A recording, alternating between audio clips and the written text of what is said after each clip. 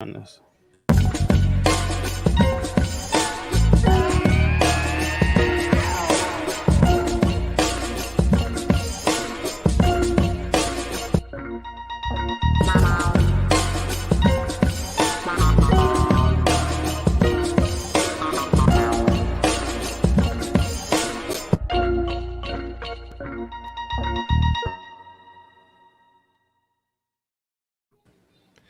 What is good, y'all? What's good?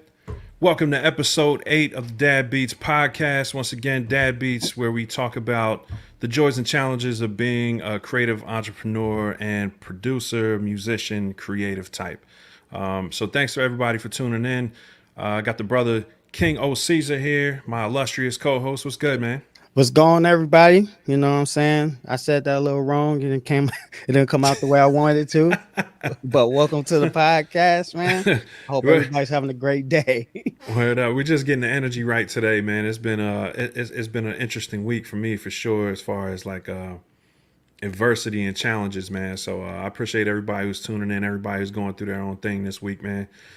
You know what I'm saying? We got to encourage each other to keep pushing, man. Always just like, yo, you bossed up, bro. You got to make it happen. So that's right, man. You got to boss up and you got to get through, the adversity, even when things ain't going good, because that's how you push through them barriers, Big facts, man. Thanks everybody for tuning in so far. Let's check out the chat, man. We're gonna really rely on y'all a lot for this episode, man. We want y'all to chip in and kind of contribute, you know what I'm saying, as far as to the topics and what we're going to be talking about today is really setting our producer goals, setting our goals as creators. That's not a fart, by the way. That's my chair. Hold up. Let me see if I can do it again. Yo, mad people accuse me of farting in my last. It did sound suspect. It did, yeah. Yeah, I got to put some WD-40 on this joint. But I digress. But we were going to definitely talk about producer goals and really just how to lock in on what we're really trying to achieve as producers, as music creators, and just as creative people in general. I think, the interesting thing about this YouTube space is it allows you to use other creative parts of your, your mind and your thoughts. So photography, videography is something that I've been doing for a while, and YouTube is kind of like a way for me to incorporate that. So I do want to talk about those type of things as well. But definitely, we're looking to the chat for y'all to chip in on some of the things y'all are hoping to accomplish, and what some of your producer goals are, and maybe we can come up with some solutions together today. I have some branding experience and some different business building experience that I've kind of done over the past 20 years.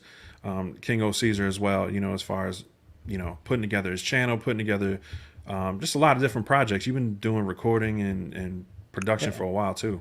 I've been doing recording and producing for a while, even though I'm not like super mainstream with it, but I've done a lot of stuff. Got a lot of experience in that area. Also, what I'm saying, far as like, the creative space with my YouTube channel.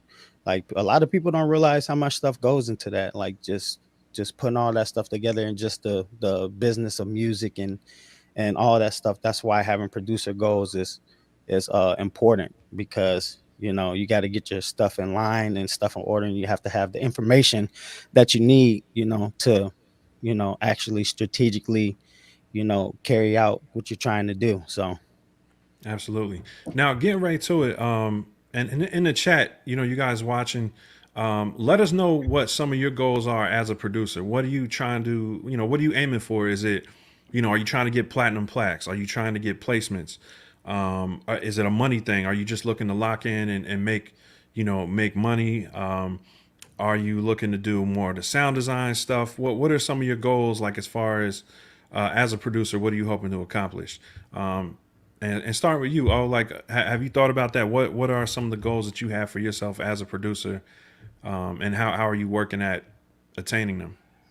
Well, first, when I first started, like most of my goals was like everybody else's goals, is to try to like, get my songs out here, my beats, everybody be on my beats, and what I'm saying, I record the best people and have, all these placements and stuff. But like as I've grown and been going through trying to do that, and and everything.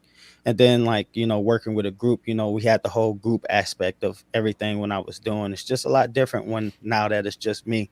So like I've been really focusing more on like the branding of myself, like branding my myself and the King O Caesar with the channel, and also just like the teaching. Like I enjoy the teaching and stuff. So I've been doing a lot of the teaching with the NPC and stuff, and I got a lot more stuff coming on the channel as far Mm-hmm. as that. So I just been really working on that, and I'm probably gonna do like fall more into that as far as like the producer probably being like because that's pretty much what YouTube is, right? It's like a place where you can go and teach people and show like some of your stuff. So maybe later on I'll be doing like some more beats and music and stuff like that after For like after I placements to yeah, work with artists and stuff. yeah, after I get to a certain level, because I'm definitely trying to build the channel first and like get myself, what I'm saying, going that way. So Mm, definitely. Yeah, I think that's definitely you sound like in that space where you're still trying things out, and I think we all are to a certain extent. Like, kind of seeing what avenues we can take to kind of get our career to the next level, and just keep ourselves engaged and creative. Excuse me. Nelson in the chat said, "I'm doing nothing. I'm depressed. I don't think. I think I don't believe in music anymore."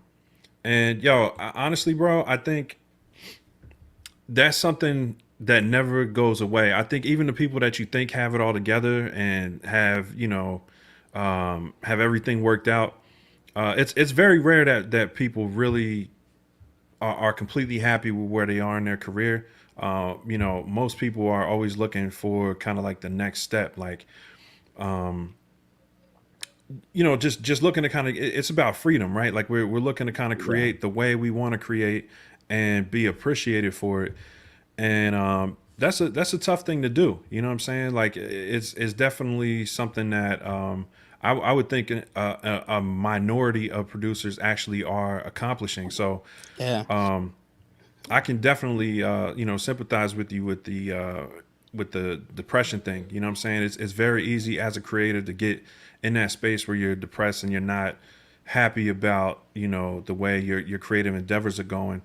What yeah, I've done to kind of combat that, you know what I'm saying, and I'll get into my producer goals and how I'm in a better space than I've ever been in a lot of ways. In a lot of ways, you know what I'm saying, like I'm definitely I got challenges and I wouldn't say depression, but it's like I can get borderline, like I can get really close.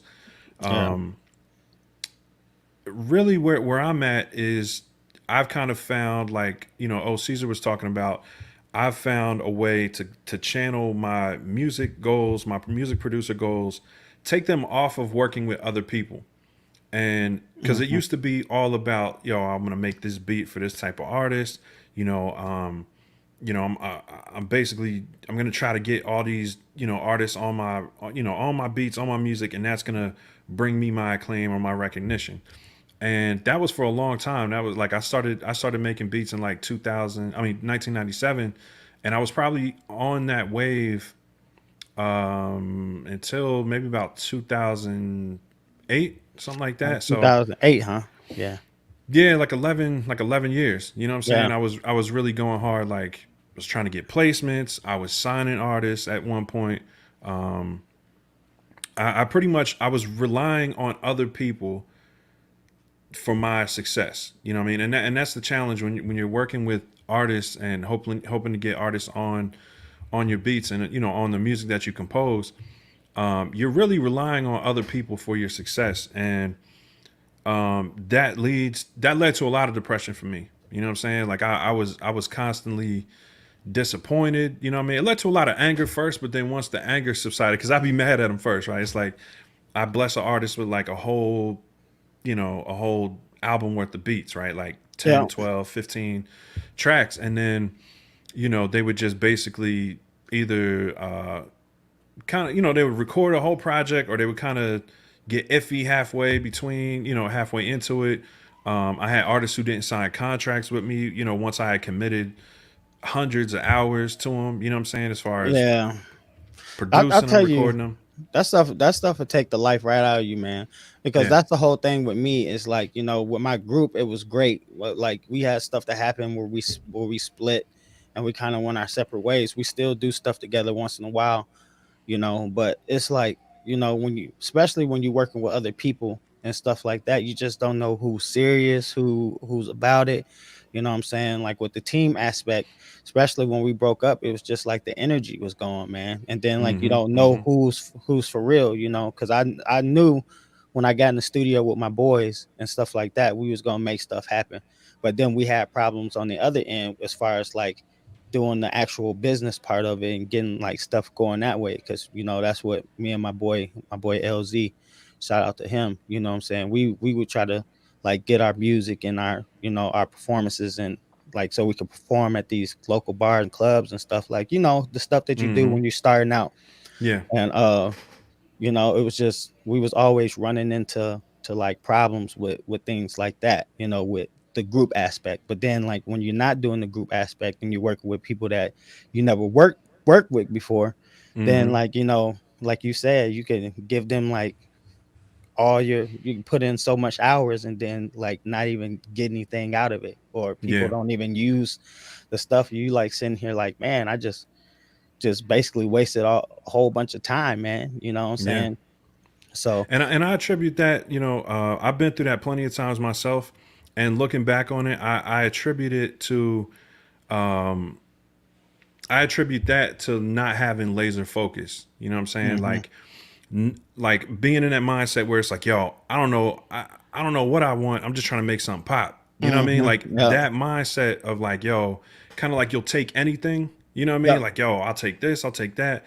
That's kind of like a recipe for failure. I've discovered. You know what I'm saying? When you're not really laser focused on what you want to achieve mhm, as a creative person, as a producer, you leave yourself open to take on all types of opportunities that really won't get you where you want to go. And this comes down to the goal part, right? You yeah, can't get anywhere without a roadmap. This is something that really dawned on me, really within the last five years or so, is seeing the end in mind. Like, what exactly do I want? And I realized about 5 years ago, I no longer wanted, like, I wasn't trying to get like platinum plaques, and I wasn't looking for like industry accolades. I literally just wanted to be in control of my creative future, yep. and not have to like not have to worry about it, not have to worry about coming out of pocket for everything. Like, I literally just wanted a business that paid for itself, that made me some extra money as well, but gave me the creative freedom to make anything I wanted anytime and release it however I wanted it, or if I didn't want to release it. Yeah, So I took my power back in a way, you know what I'm saying? Because it was like I no longer was depending on other people to succeed, and because I changed my definition of what success was for me, you know what I'm saying? Everybody's not willing to do that. Some people really have a very specific definition of success. It's like, yo, a platinum plaque, you know what I mean? mhm, Or whatever, a certain amount of sales, or yeah. you know what I'm saying? And then that's a little bit tougher. I think where I got was to the point where I just stopped relying on other people, and I just started focusing on what do I want for myself as a creative person. And I was And gonna touch on that, but I'm glad you touching on it right now. And I might still touch on it, but continue. My bad. yeah, no, it's definitely something that's it's interesting because it's still, those other opportunities still come around. Like, by doing what I love doing, and locking in on what I love doing, I get opportunities thrown at me all the time to like, yo, you want to collab on this? You know what I'm saying? Yo, I got this artist looking for this. I turn it all down for the most part. I mean, there's a couple people that I really like, you know what I'm saying, that I've met, through this kind of like process of building my personal brand and my YouTube channel, that I am going to be collabing with a little more. But for the most part, it has nothing to do with artists. You know what I'm saying? Like, Yeah, as far as me, I don't want to deal with artists anymore. yeah, And that just comes from so many years of abuse. yeah, You know what I'm saying, at the hands of artists, meaning like And when I say abuse, it's not like they physically did anything to me. It's just more the lack of commitment. You know what I mean? I was that Hmm. person that always locked in really hard on projects, and then when it came down to everybody else to commit, or the artist to commit, or who I was working with, they would just weasel out of it, or they would take whatever we built and try to run to somebody else, and you know what I'm saying, and who might have a bigger situation, and try to take Yeah. it over there, you know what I'm saying, and kind of leave me behind. So I had enough of that where it was like dependent on other people, you know what I mean? So I say all that to say, for me, I can definitely empathize with that position where it's like, you know, your happiness is kind of depending on what someone else is doing, and it just it's not a good way to live, man. You know what I'm saying? Like it definitely saps you, especially when the relationships don't work out. Right. But go ahead. I think you had something to say about that. No, it's just like just elaborating on what you were said. Like it's just important to like have the goals that you set for yourself. Because this is what happens a lot of times too. It's like you'll start working with artists and different people, and they'll want you to fit into their goals and not Mm-hmm. your own. Yeah. Everything's got to be about them. I'm doing this. I'm popping like this. Like, come do this with me versus you like actually working and doing stuff for yourself. Because first of all, you got to have fulfillment in the stuff that you do before you can even work with anybody, period. Because you gotta like I feel like as a creative, like a lot of people don't just do this, like, and the people that do it for the wrong reasons end up burning out really quick anyway. Mm-hmm. It's just Mm-hmm. something that's here and then it's gone, where it's like it don't matter like what happens with me. I'm going to continue doing music whether I make money from it or not, because I just love it. You know Yeah. what I'm saying? So it's like when you got to get the fulfillment for yourself before you can like even work with other people. And you as a person know exactly where you want to go most of the time. And when you start working with other people and stuff, you like kind of like have to like move this path that's like not exactly how you want. So I think it's important to establish yourself first, Yeah. what I'm saying, before you even like really start working with other people like that. Because like I think that's what's better. I think it's going to be better for me even if I decide to work with artists and people in the future, because once I have my stuff set and going like where I'm not, it's like kind of, because it's never going to be completely on autopilot, but the goal is to get to a place to where like this stuff is like just happening, right? And it's, Mm-hmm. it's flowing the way it's flowing. You got a Once, routine. yeah, once I can get to that, it's going to make it easier and make me want to. And then like at that point in my mind, I should have like a better understanding of how I'm going to work with people. You know what I'm Mm-hmm. saying? Versus people telling me how I'm going to work with people. If you get what I'm saying. Yeah, definitely. You Yeah, know what I'm saying? let's check the chat and see what everybody's going through with their Yeah, I got producer make I goals. got I make beats over here. He said, "What's up to you?" in my I'll chat. tell him I said what's good. Yep, Terrence, Share C2 up in here. He said the goal is to get my music into placements. He said the goal is to get my music into placements. What advice, resources, and networking do you recommend?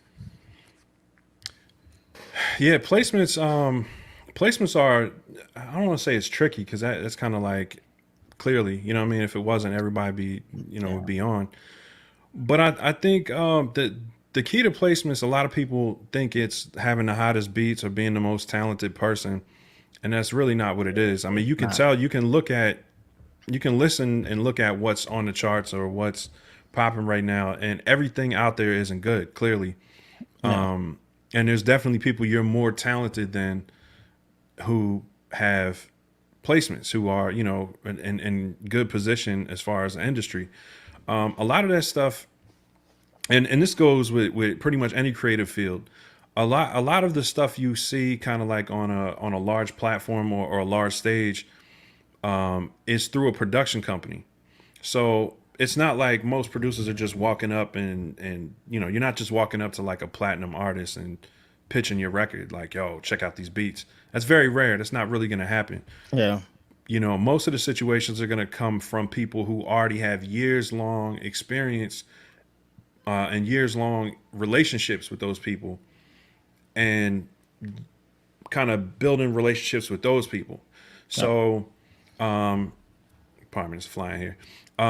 It's one of those things where it sucks because it's not a direct path, right? Like you can't just say, "Yo, I'm gonna go here and I'm gonna get a placement." It's Hmm. very, very rare that you hear like somebody just walked up to somebody and showed them some beats. Like, and most of the time, even people that say that, that's not really what happened, and they're leaving out No, the industry politics. I'm telling you, bro. Like, there's a lot of industry politics. I was gonna say Yeah, that, it's like it's never as clear as they try to make on some of these and interviews. Some of these people are like, oh yeah, I just showed it to so and so and he wanted them all. that's a lot of Um, networking too. Like, people don't understand how much networking goes into that. You know what Yeah, I'm and saying? it's typically a lot of paying dues. You know what I'm saying? Like Yep. a lot of the people that you see in good positions in the industry, they they took a lot of L's to get there. You know what I'm saying? They either did ghost production work or they worked on a bunch of projects that didn't make it, that flopped. They went through the drama and the kind of like the challenges, and they never stopped. But on top of that, there's also the exposure. Hmm. So I think I talked about this before. You know what I'm saying? Like the formula for success that I learned from one of my early marketing mentors is, you know, success is the combination of talent, image, and exposure. You know what I'm saying? And talent is like 10% of the equation. So you still got Yeah. 90% that isn't accounted for. So the image is like another 20, Yep. but 70% of it is exposure. You know what I'm saying? So exposure could be, getting in front of a large crowd of people, or it could be networking with a whole lot of people and being exposed to a person that's in a great position. So you can be talented and have a great image, and you know what I'm saying, you can be a max out on talent, but that's still only going to get you 10% away. You know what I'm saying? Yeah. The talent part is, as creatives, we overvalue what the talent part is. We Mm-hmm. think like, yo, if I get better, if I just keep getting better and I keep getting better, I'm gonna get on. That's not how it works. You know what I'm And saying? Like, we all had them stories too, where people like be peaking. You think like you got the hottest beat, and then the artist come through and pick the beat that you hate the most. yeah, yeah. You know? But getting back to the exposure part, you might be in an area where you're not going to get any exposure. You know what I'm saying? Like Mhm. if you're in like Toledo, Ohio, no disrespect to Toledo, but that's not, you know what I'm saying? You trying to get placements, you want to do songs with Migos, you're not going to do it in Toledo, Ohio. You know what I'm saying? Like there's a what do they call it? A snowball's chance in hell of that happening. You know what I mean? Like Migos comes through, you know what I'm saying, and does a show there, which is very unlikely. But if they did, and you maybe paid the right person to get in front of this person, and it's such a far shot to try to uh get on in a place that has no outlets. You know what I'm saying? And I'm from South Jersey, where it's like, bro, like I worked the Philly market real heavy for years, and Philly's just not. There are artists that came from Philly, like the Roots, Eve, Jill Scott. You know what I'm saying? There's artists who came from Philly, but you're talking about a handful of people in the past 25, 30 years. You know what I'm saying? No. It's not a hot spot. It's not Yeah. a hot spot for the music industry. You know what I mean? Like, As soon as you're done, I want to chime in too. So, yeah, yeah, yeah. Go ahead. well, like I said, it all depends on where you are in life. Because for me, I'm really great at networking. Like I said, I believe I would have had placements out here, but everything changed for me when I had kids. So the way that I moved and stuff changed a lot, because Mm-hmm. I wanted to be a good father, and that was just more important to me than like the music and networking. Because I'm telling you, like, you're talking about like nights and clubs, you know what I'm saying, location. I have my dude Wayne is like a person I'm gonna give an example of, and I'm proud of that dude. But people don't see, like, Wayne's been working since he is 16. Wayne is in his late 20s now. I can't remember how old he is, but he ain't 30 yet. You know what I'm saying? But Mm-hmm. he's just now starting to get like his real traction now. Like he's had like, you know what I'm saying, like little placements here, and he's worked with bigger artists or upcoming artists and stuff like that. Like right now he's working with some popping upcoming artists who are like, doing their thing right now, in the Midwest scene. But like people don't see like how many, like, Wayne is went. to Detroit. He's went to Flint. He's went Mm-hmm. to California. He's went to Atlanta. He's went like you gotta like when you wanna get your name out there, if you want to get placements, you gotta move around in some cases, and you gotta put yourself in front of the right people. And networking is huge. And like you were saying, the exposure, that's gonna help you get the exposure if you can get like tracks with people in different states, like especially popping states. Like Atlanta is like a hip hop hub. New York is a hip hop hub. You know what I'm saying? Like Mm-hmm. places like this, Nashville, like for country and stuff like that. Yeah. If you can get yourself in front of people that are working in these scenes where all the huge networking is happening, and you can get your music out that way, then I'll start to give you the exposure and your image, Yeah, like and it's not like overrated.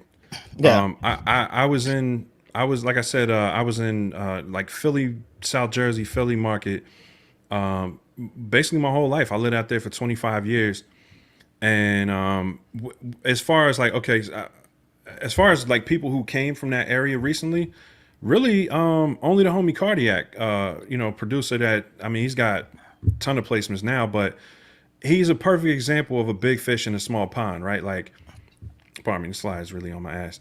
But basically, Cardiac was producing for. He was making beats for this collective in the area of the town I'm from, and they were all homeboys. You know what I'm saying? All went to school together, and he was making beats for them for probably I don't know 6-7 years maybe, and they're just selling mixtapes in front of the cheesesteak spot, you know what I'm saying? Which is a cool Hmm. hustle, you know what I'm saying? You make some money off it, but it's like they never went anywhere on a national scale, right?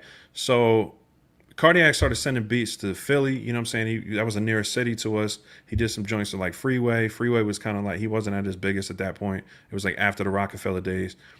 And then somehow his beats made his way up to Fab in New York. No, actually, was it Fab? Yeah, it was Fab. Yep. Okay. And Yep. Fab did this song called he used one of his beats for this song called "Start It Up," and it basically Fab was like the song was so hot that he called everybody. Like he called I think Lloyd Banks was on it.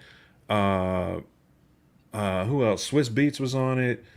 Um, who else? Man, I'm trying to remember who was on Started Up. Oh, Kanye got on it at one point when Kanye was like at the Yeah. peak. You know what I'm saying? Yeah.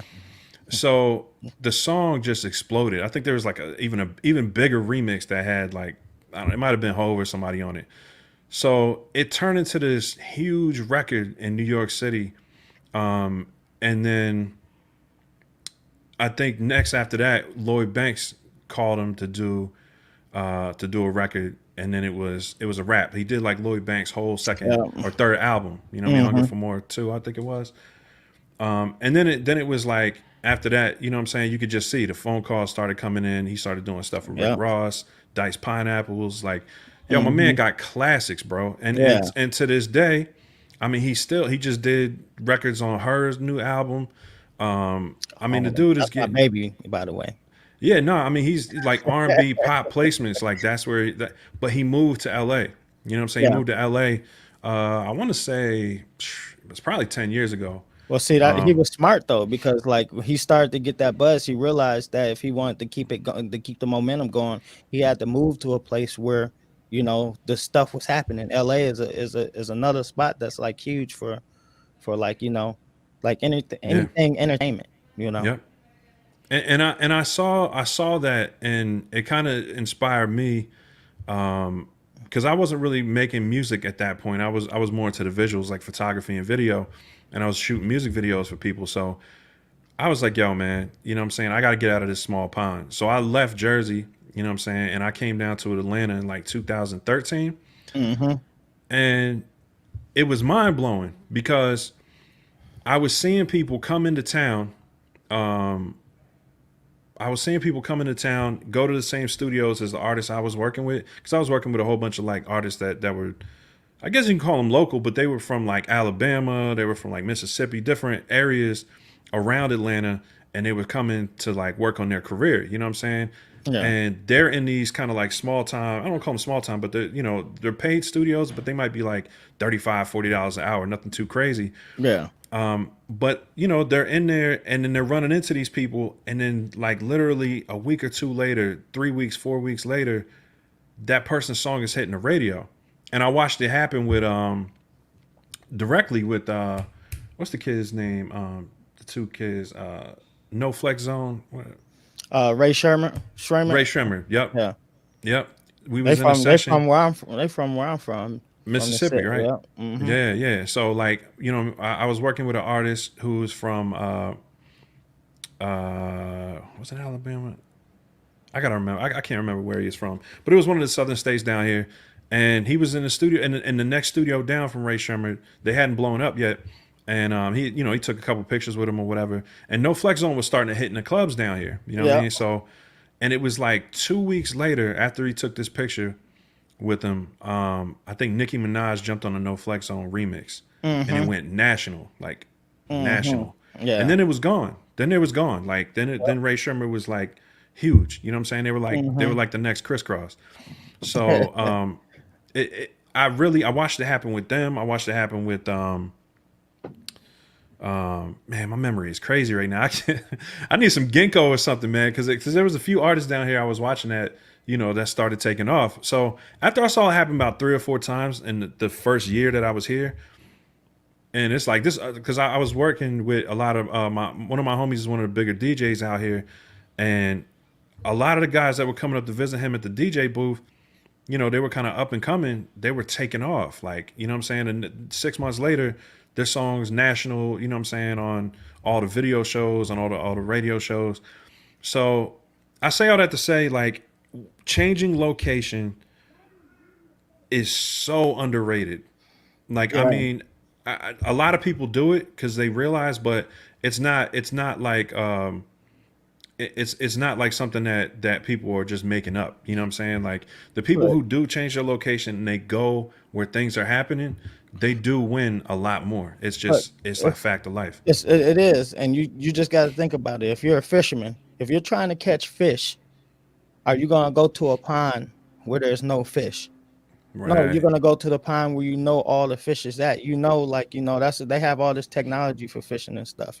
For people who don't fish, like that will show you where all the fish are, and Yeah. people go to those spots and they fish.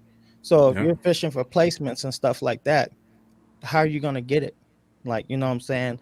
Like, if you're staying at home and you're not getting out and networking and stuff, you better know some people who are at least, or be in a circle of people that are already doing that. But most likely, if you're in that type of circle, you know what I'm saying, the people that you're connected with are doing the stuff that, you know what I'm saying, they're in a pond that has a lot of fish in it. Yeah. You know what I'm saying? Because my And, boy B and Cole is like that. Like he works from home, he stays here, and he still has placements and stuff.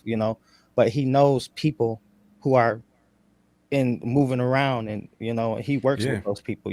And proximity is huge, man, because I mean, put it like this. When I was doing my camera stuff, in the Philly market, I might run into maybe like one celebrity a month. You know what I mean? It wasn't like anybody huge. It might be like, no disrespect to like Jeremiah, you know what I mean? But it's like Mhm. Jeremiah, like some R&B groups here and there, you know what I'm saying? Catch them at a show, backstage, take some pics, that kind of thing. A lot of my friends were promoters and stuff like that, so they would bring some of the smaller acts to the city, you know what I mean? So I would run into a few celebrities here and there. But when I came to Atlanta, it's like literally the first month that I was here, I'm shaking hands on, because again, I'm working with the DJs that are out here, Yeah. and the DJs are breaking records in the city, you know what I mean? So they get a lot of love from artists, you know what I mean? It's just a respected craft in this city, really heavy, like it is in New York City, you know what I mean? But maybe even more so. So I'm on stage with these DJs because I'm filming their branding stuff. I'm filming them spinning, taking pics for them, building their websites. And the first month I'm here, bro, I met Usher. I'm kicking it with Usher on the stage. He's up there for like an hour with us, just hanging, drinking. Yeah. Ludacris got invited to his pool party in the VIP. You know what I mean? Like upstairs on the balcony with him. while everybody else is out partying, jumping in the pool and stuff. So hanging with Luda with his team. Um, I mean, Tip, 2 Chainz. I'm in the studio with 2 Chainz, and at that time I wasn't producing, so I had nothing to show these guys because that really wasn't my goal at that time. I was really working on the branding stuff. You know what I mean? You So dropped the ball on that too, because you got some hot production, man. hey, I appreciate it, but at that time I wasn't making anything that they would work on. You know what I mean? Oh Like yeah, I yeah. was making, all my stuff was really East Coast. You know what I Mhm. mean? Kind of like boom bap type stuff. And Yeah. it wasn't until that time in Atlanta that I got that influence that I started making more kind of modern trap stuff. You know what I'm saying? But it was after that window, really. You know what I mean?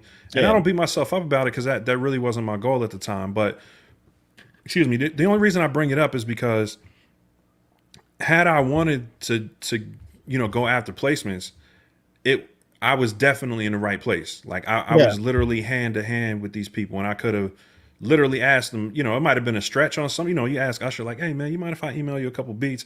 He might be like, send them to my manager. You know what I mean? Like, but the Yeah. fact is, I have a chance. You know what I'm saying? Yeah. And that literally happened like the first month I'm here, bro. Like the first month I'm in Atlanta, I met more celebrities that first month and was kind of like rubbing elbows with celebrities, more celebrities in that first month than I would in a whole maybe 2 or 3 years in Philly. So the location really, really matters. And I hate to really just, harp on this too much because a lot of us have, we're unable to change our location because we have families, we have, Yeah. kind of things that are grounding us to where we are. But Exactly. if you don't have those obligations, if you're trying to get placements, there's no better way than go somewhere where the studios are buzzing. You know what I mean? There's a lot of studio sessions happening and where there's a lot of networking opportunity. You know what I mean? Where the people go to actually record where this stuff is happening. You know what I mean? It's like if you want to make a movie, go to Hollywood. For sure. If you want to be around movies, go to Hollywood. You're not going to do it, Even you Atlanta know. is big for Georgia, is huge for movies too. Yeah, You got yeah. like And all it's kind Marvel of and all that stuff is in Georgia. They make all the Marvel movies and stuff down there. We actually know exactly. people that work on the sets down there. My Hmm. boy Marlon, I think he was out there working with them. I think he's gonna try to become another driver because they have like CDL people who Hmm. have CDLs, come down there and drive the sets, like the stuff, Yeah, the yeah. Move equipment the for the sets sets around. and Yep. stuff. Yeah, so like they get to see all that stuff. But yeah, you was right. I got kind of get off track, but Yeah, and me too, man. I kind of got too far on the location stuff, but it's it not is. overrated. Like it's definitely a real thing. So if you're My that man Simon kid, Short, oh, go ahead, bro. not my bad. He said the one reason I'm not winning, I haven't had the chance to make anything lately. And yo, bro, like, I was just about to touch on this. Like being prepared is a thing for me too. Like, and sometimes like you said with the time and like all your responsibilities and stuff, you can't get like the stuff you need because I give you a story like I actually had a chance where I was actually working on music at the time and we had freaking dang we had an artist here. He's not really popping right now. Um, but I didn't have any music to give him. I didn't have anything mm, to show for. I wasn't prepared, like in situations like that, you want to have stuff together too. You can't be out here chasing placements and chasing like that type of thing and you don't even have your material together. You got to have like that stuff ready because most of the time these guys are on the move and they like they said they're gonna hit you with an email or they're gonna hit you with send it to my manager and you got to have something to send, man. You know what I'm yeah, saying? preparation and stockpiling, man, and just having stuff ready to go if the opportunity pops up. But I definitely, I definitely relate to what he's saying as far as not having a chance to make anything lately. I mean, I mean that's a huge struggle. I was literally just talking to O about that right before we got on. Yo, bro, this has been a rough year for me too. You know what I'm saying? Like this podcast and just getting on here and trying to create something has been really the only way I've been able to make anything, video wise this year. You know what I'm saying? Like I probably last year I put out maybe like 40 videos. This year I put out probably like 10. and then most of it has been live stuff. You know what I mean? Like live streams and this podcast. So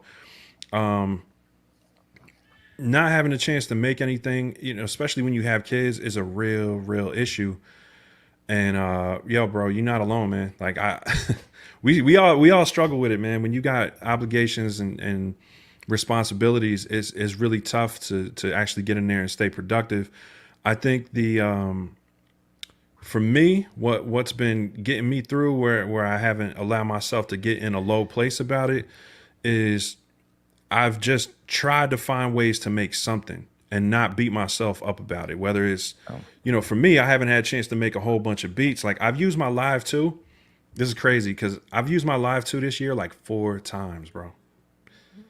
Like a $1,200 MPC that I've used 4 times this year. yeah, But I've been finding ways to stay creative and working on the standalone soul sound pack collection. Even that is like, yo, it's going so slow because I'm like almost a month behind right now because it's just so hard to find the time, man. You know what I'm saying? I know I'm gonna make up for it, but it's so easy to beat yourself up when you don't have time to do stuff. But I think in those times where you literally can't make stuff, one of the things that gets me through is pulling out a notepad and starting to write down what I do want to do when my time opens up again. yeah, So sometimes what'll happen is if you go like this long time without making anything and working on music, when you finally get the time again, you might have gotten into some habits that aren't really good for you, like maybe playing video games or just going to the bar, drinking with your homies, you know what I'm saying? Like whatever it is, like it all has a meaning and a purpose, you know what I mean? Like it probably serves you in some way. But as far as your career, if you don't have goals written down, it's going to be very hard to like, and goals sitting in front of you all the time, it's going to be very hard to stay on track when the time comes back around. And I beat myself up about wasting time a lot, you know what I'm saying? And I think that's probably my biggest pet peeve yeah. is wasted money and wasted time, you know what I We mean? And talk about this all the time. Like all we like it's crazy how much me and Sight talk about just like stuff like this, man. Because yeah, we we I mean, on the phone, like me and Obi on the phone, like really going through it sometimes because it's like, relationships with women, you know what I'm yeah, saying? Eating up time, that relationships that don't pan out, or, yeah, because you're single, you know what I mean? So that's something you, hmm, you have a challenge with. With me, it's like, I don't ever feel bad about spending more time with my kids, but I do feel bad when I might have had 2 hours, where I could have gotten a lab and worked on something. And yeah, instead I watched something on Netflix, you know what I mean? yeah, Like, and it's because I didn't have my goals written down. Like when I have my goals in front of me, even if it's like a little yellow sticky note on my computer monitor, when I sit down, it's like it could be 4 or 5 things, but I know as long as I have something in front of me that is gonna get me back on track when I sit down in my lab, yeah. that definitely takes away a lot of that frustration of not getting anything done. And You know it's what a I mean? balancing act. Like you told me about the checklist, and actually the checklist. When I do them, I'm still trying to get better with actually like making them out. But when I do make them out, I can see the I can see like more production when I do that. Yeah, Because like when you're checking stuff off on that list, you're getting stuff done, and it makes you want to check like other yeah, things off on the box. So, like just preparation, man, and scheduling your time because everything's a balancing act, especially if you got like families. Like, that's the whole reason why this Dad Beats podcast exists is because we're all creative people, but we're also trying to balance like family and like real shit. Like, everybody talks about all the glamour and all the gold and stuff, but nobody really talks about like the struggles behind the scene, like yeah, stuff that you go through. And you really have to be on point with your stuff, like with your time management. Time management is so huge.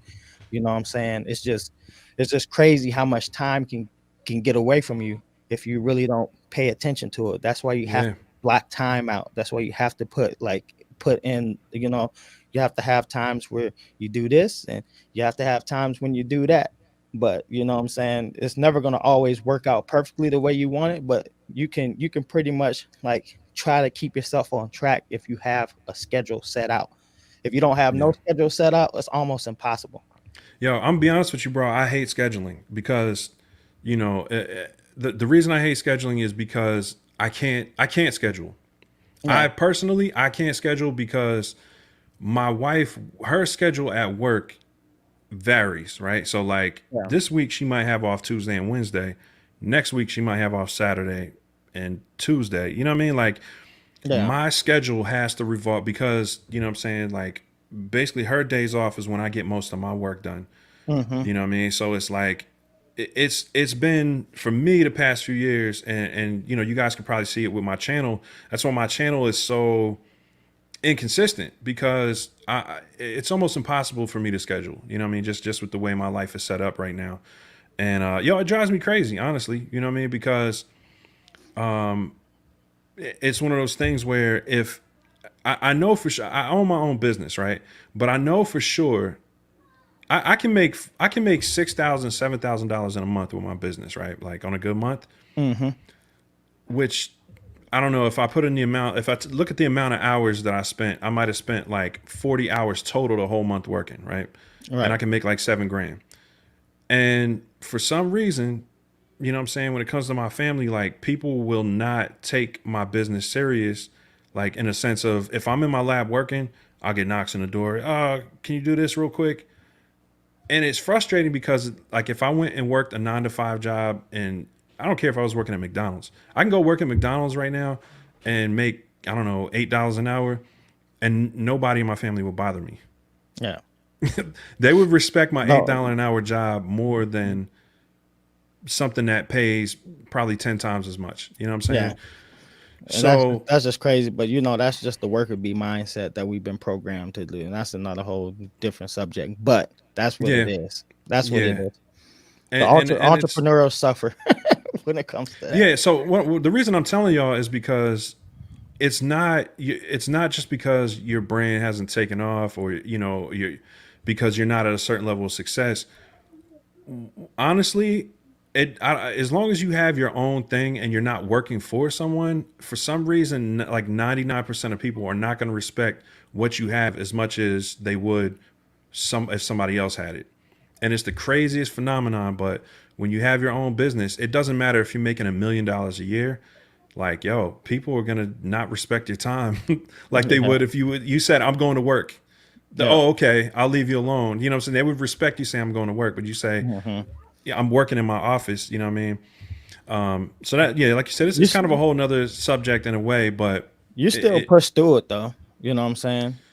And you got, yeah, I think you have like, because if you can't put like a physical schedule down and stuff like that, I think for you, you have like mental triggers. So you know when your wife gets home, it's time to get in the lab. Like, nah, yeah, baby, it's time to we doing the transition now. Here go the kids. yeah, It's time for me to go to work, whether people are bothering you or not. So it's like every time, like when your wife gets home, that's time for you to get jiggy in the lab. You know what I'm saying? So man, say get jiggy. you know what I'm saying? But that's what I'm saying. Like you gotta come, because it's not gonna be perfect, right? But if you can come up with some type of routine where you know that, when this happens, this is I gotta do this, you know what I'm saying? Yeah, Or like for me, yeah, it's easier for me to try to plan it out and then fail versus me not planning. Because if I don't plan anything, or if I don't try to schedule anything, zero things are getting done. I promise you. So like the fact when I got this because I got a calendar up here, I'll try to write on it and stuff. And the you can tell my productivity from the months that I fill it out, and I used to do whole months. I just do 2 weeks now. Like I try to hmm, schedule 2 weeks out and that's it. You know, if I yeah, hit it, then I mark it. If I don't, then I exit, but at least I can see like my progress, and it's kind of keeping me, what I'm saying, on path. But yeah, like and to and, each and his that's own, that's you the have to figure out your consistent own. thing, right? Like between Yeah. me, you, Raul. I remember one of the early things I saw on Raul's channel was, him putting stuff on his calendar. It's not so much sticking to a routine exactly. It's the fact it comes back to the title, producer goals. It comes back to setting, like having a goal in your mind, writing it down, and having it written down for some reason or another, whether you chalk it up to like metaphysical stuff or just mindfulness and just staying alert to things that you want to accomplish, whatever it is, whatever that force is that happens when you start writing stuff down is very real. You know what I mean? And that's why No. I was trying, when I say I don't schedule, I was trying to let some of you guys know who are like, as soon as you hear schedule, you're like, okay, I'm tuning out. You know what I mean? Because that's what I do. Yeah. When you start talking about scheduling to me, I'm like, I start tuning out because that part of time management is not realistic for me. You know what I mean? Yeah. Like if I had a 9 to 5 job, it would be more realistic because Mm-hmm. I have set hours that everybody in my life respects. Yeah. Like when you go to a job, bro, everybody in your family respects it. Yeah. Everybody. There's no one who's like, yo, leave work and come pick me up. Well, No, like I maybe your get that kids if now. they're sick at work, like I mean sick at school, but I get it now, man, because like I said, I do this and I work a 9 to 5. So mhm. when I go to work, man, everybody knows like I got to go to work. Like this man got to get to work, or you know Yeah. what I'm saying. This is what pays for everything. But when I'm trying to do this, like kids want to walk through here and stuff. I'm like, yo, don't come in here, man. Yeah, but what They I'm want saying is to. this in my household, this like this pays for everything. Like, you know what I'm Yeah, saying? that's Like, what I'm saying and though. they But still don't they don't but I don't care. I don't get it though. Like, they don't do the same thing to me at work. But like, Hmm. that's why I'm saying that's how It's I it's because know you're it's real leaving. for I know it's real for you. You know what I'm Yeah, saying? it's because you're leaving it, and that's something that I realize is like for me, my biggest struggle is I know I need a separate office away from my house. Like Yeah. I've done this trying to work from home thing too long. Yo, there's no respect when you're in your own house, like for your business. It's just not gonna happen. Like there might be the rare person who does respect it, but for the most part, what I mean, it's you're not gonna. It's not the same respect as if you go somewhere. If I went somewhere to an office every day, I might get some calls, but I can ignore them. You know what I Yeah. mean? Like so. That whole situation is very real, man. Like but coming back to setting goals, I think that's something that all of us have to do is really get locked in on what is the destination. You know what I'm saying? Hmm. Where is it you're trying to go? And it doesn't have to be your ultimate destination, like the because it's always going to change. What we want is always going to change. When we get to a destination, we're like, okay, I'm here. What's next? I think the key is really to start setting destinations, putting them on paper, putting them somewhere where we see them every day, Yeah. and it really it does something in your life where even if it's a checklist, like I always talk about how if you make a checklist, you don't even have to do everything on your checklist. Like I've noticed that half of it sometimes will check itself off. Like, Yeah. if it's like, yo, I need to pick this up from the store. Like somebody will call me like, yo, I'm at the store. Do you need anything? And it's like, okay, boom, something off the checklist. You know what I mean? That I didn't expect. I Hmm. was expecting to have to go do that. Yeah. Manifestation, kind of like, right? Yeah, absolutely. So that's the biggest part of goals is writing it down, and they can change. You know what I mean? But I think we both notice, and I think most people notice when you start writing stuff down that you want to happen and putting it somewhere that you're reminded of it every day. It has a phenomenal effect on reaching your goals. Yeah. But I want to get back to the chat and kind of look at what. I just got one more thing on this Yeah, too. go It's ahead. like Hmm. just like, and this is important too, is not stopping and staying consistent, man. Like, you know what I'm saying? Like, shout out to my boy Bud Kelly. He in my chat over here on my channel. Like, you know what I'm saying? Like, my man just hit 1,000 like subscribers on YouTube. But he just like really started going hard with his YouTube channel. And this man be cooking up with his baby like on a sling, bro, like strapped to him, bro, making Wow. beats. And I said that's real determination right there. Hmm. Shout out to that man. Y'all go subscribe to him. But it's Yo, just that's it's huge, just bro. it's just the point of like it's like how bad do you want it? You have to be Hmm. consistent. You can't stop because like that's a major thing like with placements and stuff like that is staying consistent. You can't stop. Your consistency has got to be there.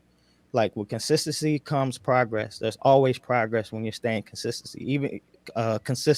even if you're not exactly where you want to be. You'll still see a lot of progress with just consistency, and that's all I want to say on that. And not letting nobody get in the way of your goals and your dreams. Like you Yeah. have these goals and dreams. You have this roadmap. Don't let nobody get in your way and stop you from completing your goals, because then the only person that you can blame is yourself.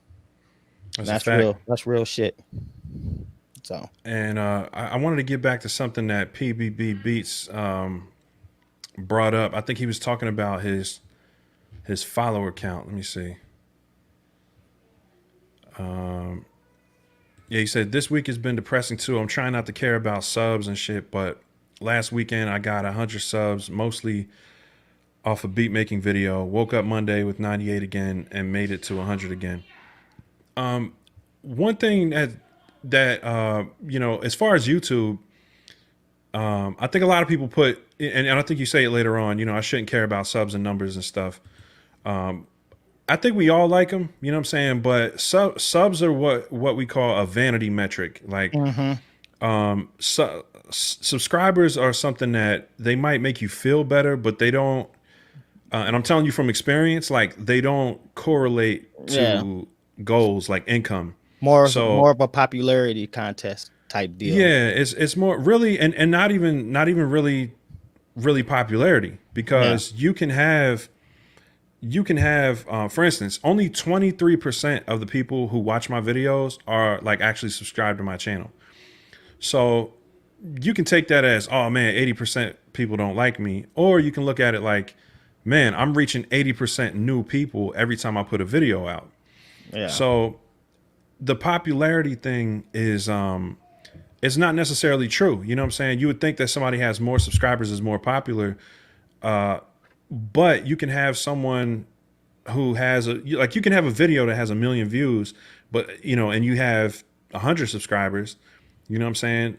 Because it's not necessarily how far your video goes, and this is getting down to like YouTube stuff. I'm not going to go too deep in it, yeah, but the way YouTube works is they don't really care how many subscribers you have. yeah. Like you can, if you make the right video with the right thumbnail, with the right message, Mhm. that's set up the right way and keeps people's attention, they'll show it to more people than somebody who has way more subscribers than you, than their video, if their video isn't as good. So every single video is its own merit. You know what I'm saying? Like that's why you'll see somebody with like 100,000 subs and a video might have like 1,000 views, because if it's not a good video, it can flop just like anybody's. You know what I mean? Yep. And if you have a good video, you can succeed just like anybody. So the Uh, difference is how fast your video jumps out the gate. So if you have 10,000 subscribers, YouTube is probably going to show it to like 1,000 people of those subscribers from the rip. You know what I mean? Anybody who's hit the bell notification. So that's just a way you can get like 1,000 views quicker.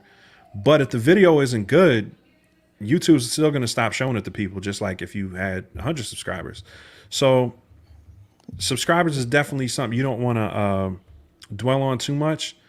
I know people who have 100,000 subscribers, or no, I don't know people who have like 50,000 subscribers who are about to quit YouTube because they're not making any money.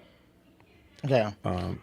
And this is the thing, like you were saying too, like it's all about knowing the cheat codes. Like any business or anything that you're trying to do, you have to learn the ins and outs, like what is doing good. Because like for instance, for me, I just got my channel monetized, and I'm both proud and Oh, I only have 51 videos on my my. bad. Oh, I knocked you off real quick. Oh, did you? I was trying to feature you real quick. Hold on, because Oh, I got to okay. fix my window over here. Hold on a second. No, go ahead though. Yeah. Well, what I was saying is I'm both ashamed and proud of this at the same time. It's like I only have 51 videos on my channel. Now, when you look at that, like in the grand scheme of that, like usually it takes like around 100 videos to like 150 videos to like even get to 1,000. But I think it's because of the content that I've made, and I know like social, like what you call that, SEO, so search engine optimization. That's like if you're doing YouTube, that's something you should definitely like learn how to do. You know what I mean? But I got my channel monetized, and I got over 1,000 subscribers with only 51 videos. Like that's good. But like just think if I would have been more consistent, like with because I think the earlier part of this year or last year, like when I was going through the house buying process of getting my house, I like fell off with like my videos a lot. So, like just think if I would have had 100 videos, 150 videos, like where I could be. That's where the consistency thing comes in. But I don't necessarily have to have subscribers, a whole bunch of subscribers to make money, because I've been making a little bit of money just off of affiliate marketing for like, the different stuff that I've been featuring on the channel, and things like that. And I'm coming up with like with my own products and stuff like that, like expansion packs, kind of like what Site is doing. And then I'm working on some other stuff that I'm not gonna Site knows about, but you guys will know about shortly. You know what I mean? But it's just about how you're carrying yourself with the business. It doesn't matter about subscribers and stuff like that. You don't have to have a huge following to do really good on YouTube, actually. Or Yeah, that's a fact. They're like, I know people who 10,000 subscribers. They're making over 100,000 a year, yeah. and people are like, I know people with 80,000, 100,000 subscribers who don't even make a quarter of that. You know what I mean? So, it's not just about money. But if you're talking about being able to sustain your business and grow your channel, it's going to be a lot easier to do if you have $100,000 in your pocket than Yeah. if you have, 10. Well, You know what I'm saying? you just think, man, if you can get like 10,000 people, if you can get like 1,000 people to buy a shirt that's $10, and you put that shirt out by yourself, how much money is that? You know, Yep. Yep. like That's just real. what I'm saying. It's all a numbers. It's all a numbers game at the end of the day. But like certain numbers don't count when it comes to like what's possible. So don't get yourself caught up on the matrix of, you know, because your subscribers are always going to fluctuate. I remember like having like 800 subs, and for some reason I dropped 10 subs, and I was like, whoa, what was that? You know what I'm saying? Hmm. But it just happens. Yeah. And so I think, I wouldn't get too worried about, subscribers as a metric. I mean, it's definitely something you want to gauge, because it does show you your progress in a certain way. If you're connecting with people, you'll notice you'll get a spike in subscribers if you do certain things. And like I said, it's more, your subscribers is just kind of like a way to get your video out faster. You know what I mean? Like, get it out to more people faster. But Hmm. again, the quality of the video is going to dictate how far it goes. Yep. So, coming out the gate fast is good if you've got a great video. But if it's a bad video, coming out the gate quick, you're just going to quickly Go to the not get bottom. shown. Yeah, exactly. Because views and like how views and audience retention is what matters on YouTube. They want you to keep people watching your stuff as long as possible. And you know what I'm saying, for um did I say that right? They want people to watch your stuff, and they want you to keep them on the platform. So Hmm. you know what I'm saying? That's what matters the most. And that's when you'll notice too, like if you're making great content and stuff, like you'll start to get your stuff pushed out more, like when you have videos that's like that. I think Hmm. that's the reason why I was able to get to 1,000 subscribers, because the videos, that I put out was videos that people actually needed help with, or it was, and I do my best to try to upgrade my quality all the time. So what I'm saying, better with speaking. I try to do better with speaking. I try to do better with like my thumbnails, better with my background, how the camera Hmm. looks. All that stuff matters, man. You know what I'm saying? Audio, I had somebody come through my comments like, yo, bro, you guys are producers, but this audio is trash. I'm like, let me take a look at this and see what's going on, but like that's the Hmm. stuff you got to care about. It's just, just improving a little bit, but don't even get super caught up into that, because you get better as you go. You know what I'm saying? Yeah. When I first started, like you can look at my first videos, like, the way I talk and stuff is all getting better, and I Hmm. only got 51 videos, you know. You Yeah. get better over time. And getting back to the goals thing, subscribers are a goal you can set and you can aim for it. But again, it's something that's not necessarily really in your control. I mean, there's a certain level. If you stay consistent and you stay improving your videos, your subscribers are naturally going to go up. Yeah. But again, it's not necessarily an indication of the impact you're having. So it's a goal, but again, is how much stock do you really want to put in that? Because it like I said, it's called a vanity metric for a reason. It makes you feel good, but it doesn't necessarily equate to income, and it doesn't necessarily equate to it's not neck and neck with how successful you are financially, and it's not neck and neck in how much impact you're having. So yeah, I wouldn't hang too much on the subscriber thing, and I think is when you get into YouTube, that's easy to do. Super fans with anything that you do anyway. Like you don't want 10,000, 100,000 people that's on your page. That's not like for you tight knit community. That's one of the reasons why Sight is so successful with what he does with like the subscriber count that he has, because he's built like NPC gang. NPC gang is just not a Facebook, it's a community, it's a group. You know what I'm saying? That's the type of stuff that you guys need to be trying to build, whether it's with music and stuff like that. Because when you think about the producers and stuff like that, when people get locked in, they actually form a community around them. A community of people that are doing things for them, where it's their assistants, like their managers and stuff like that. Like you start to like form this community around you, and that's the stuff that helps you propel forward. You want 100 or 1,000 super fans versus having 10,000 people who don't even mess with your brand. You know, Yeah. every one person that's on your channel that rocks with you the real way, those are the type of people that you want. You know what I'm saying? You don't matter like if you got 100,000 people, if only 10 of them like really rock with you, the long way.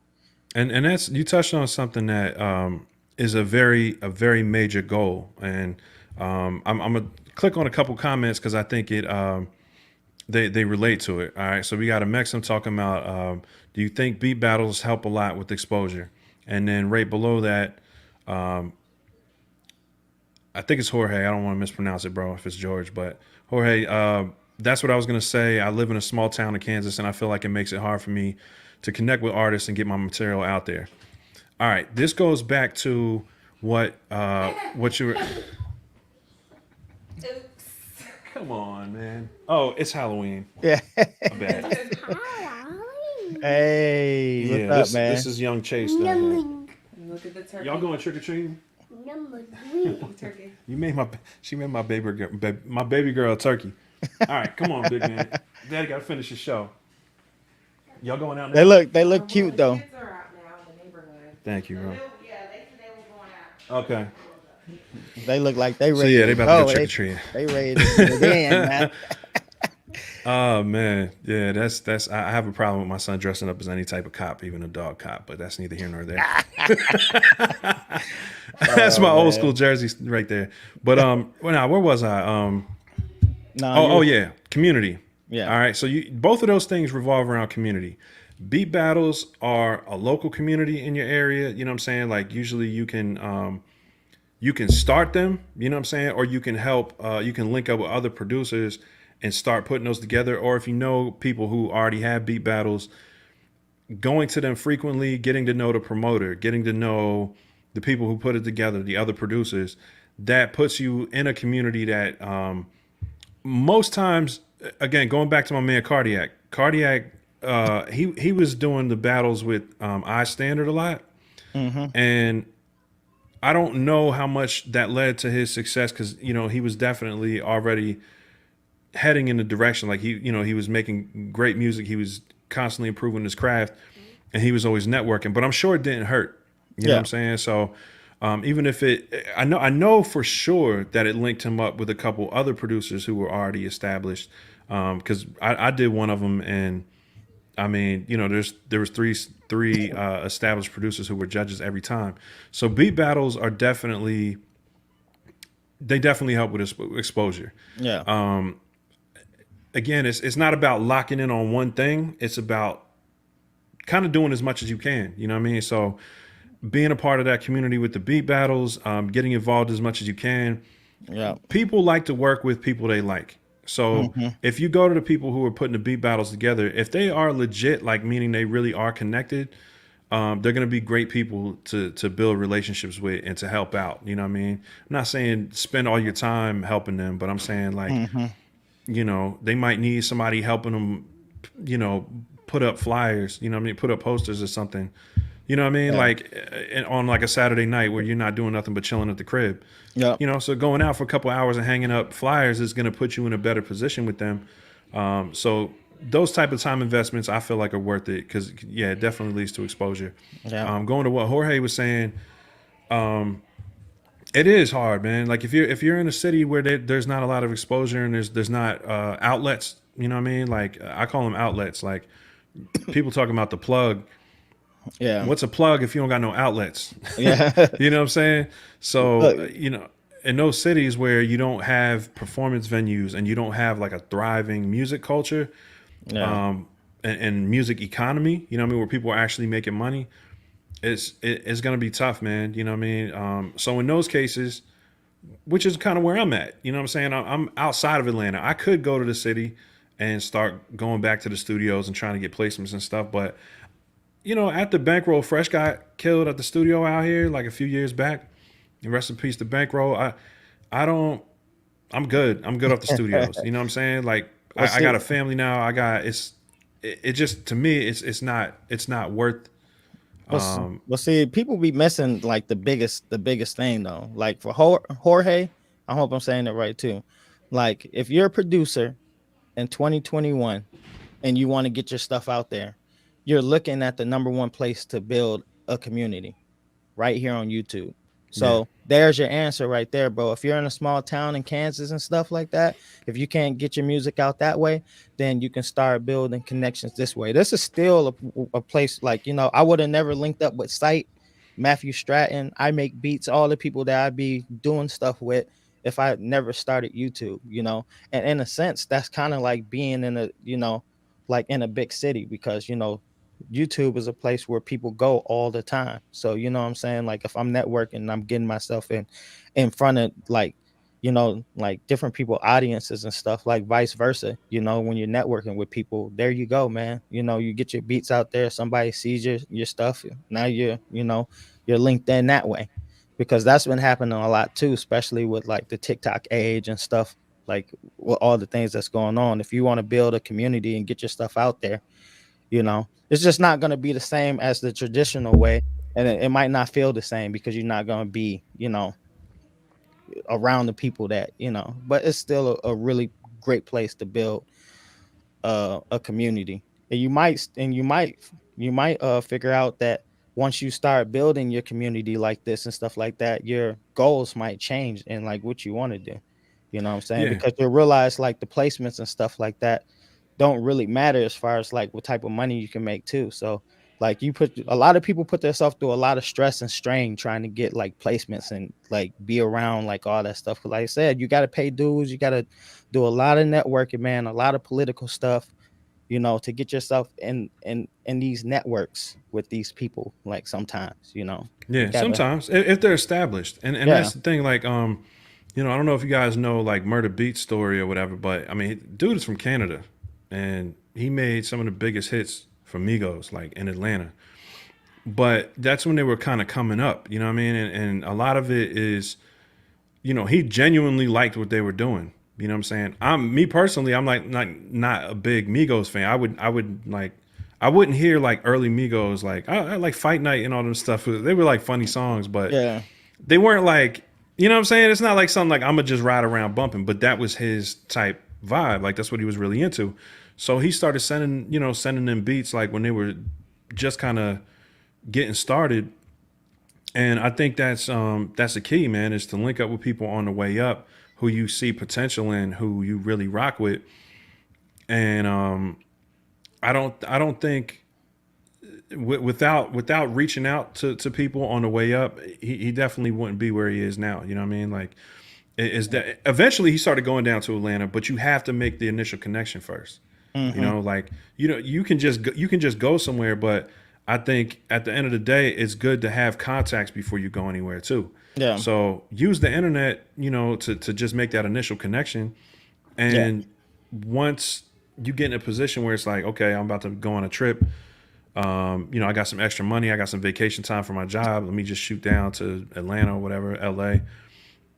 Now you make it like a work vacation. You know what I'm saying? Where it's like you go out there, you link up I tell people all the time too, like book some time at a studio. Like if you're gonna go on a trip to Atlanta or LA, take $300, $400, like put it to the side instead of going to the club every night.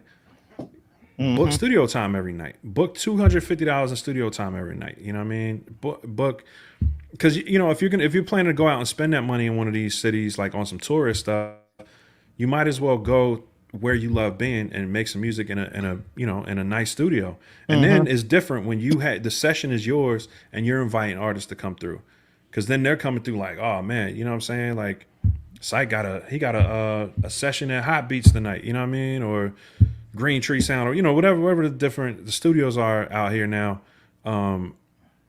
It's kind of like a mix. You're doing a vacation. You're also doing some fly shit with, you know, you're on an SSL board or, you know, whatever the you know, you try to get a nice little studio. That's a better way to spend your time and energy than just like going out to a club trying to link up with artists. Like I tell guys that all the time who would try to come down and like, yo, I'm about to go to this strip club and they say so-and-so's over there. I'm like, yo, they're there to have fun. They're not working. You go to the studio if you want to get work. Like there's some artists who are really focused. They're always in the studio. That's what they love doing. They're not at the strip club.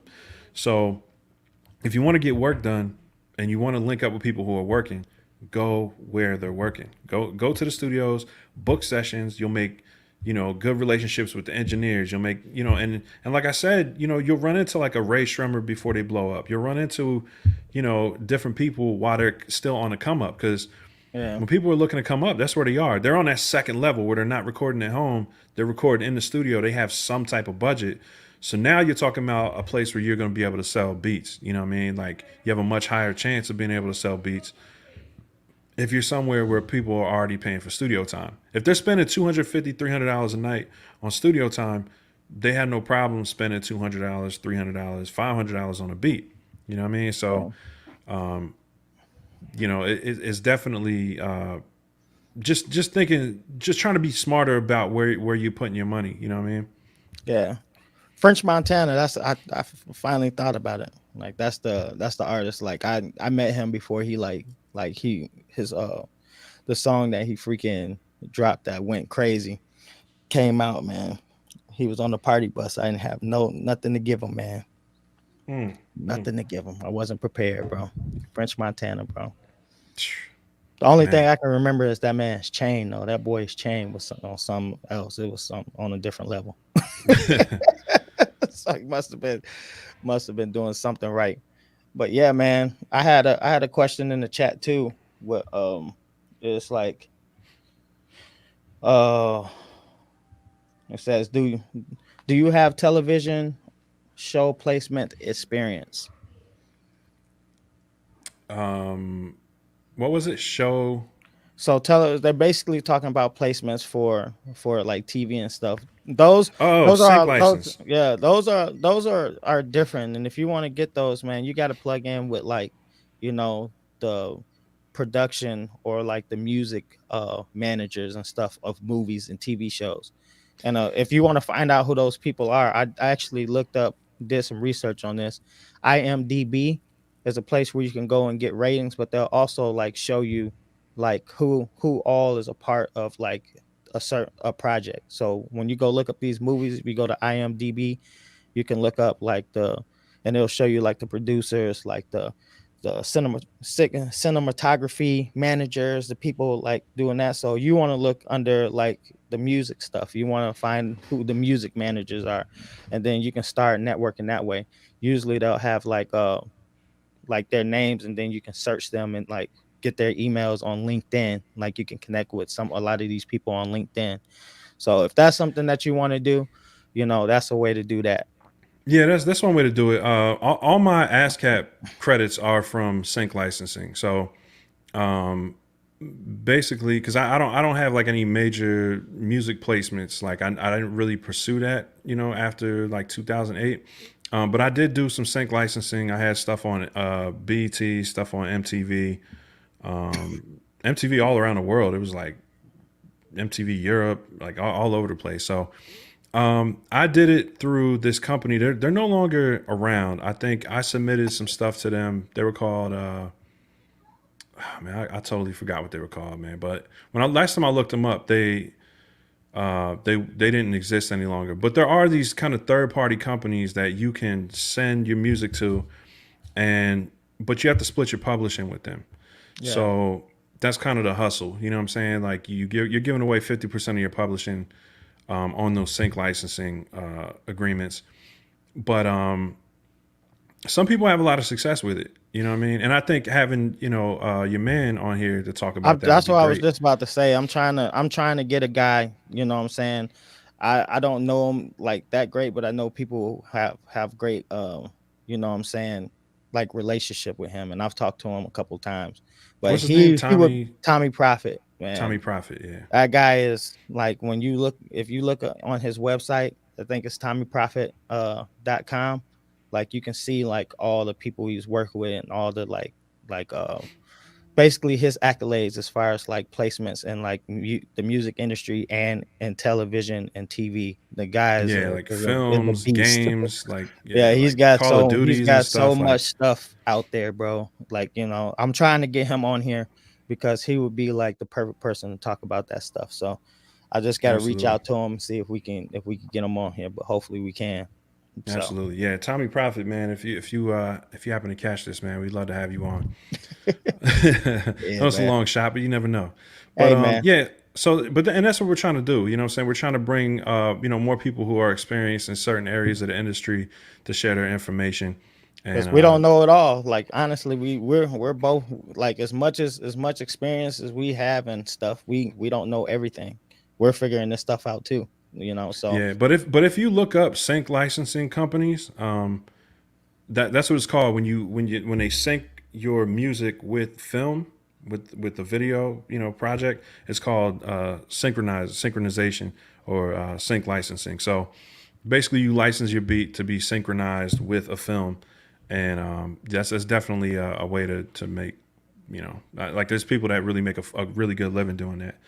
So yeah, check that out. Look up sync licensing. I don't know which companies are doing it right now, but I'm sure there are third-party companies that you can get involved with. And you have to make your beats a certain type of way most of the time. Like they have to be, you have to be very descriptive. Like you have to say, this is a rock influenced hip hop beat. In this key at this tempo, like you have to be very specific about what it is, because these people who are putting the music together for films and games and stuff, they know exactly what they want. They're like, yo, we need this tempo, because they've already done the video edit and they need the song to synchronize with the video edit most of the time. Mm-hmm.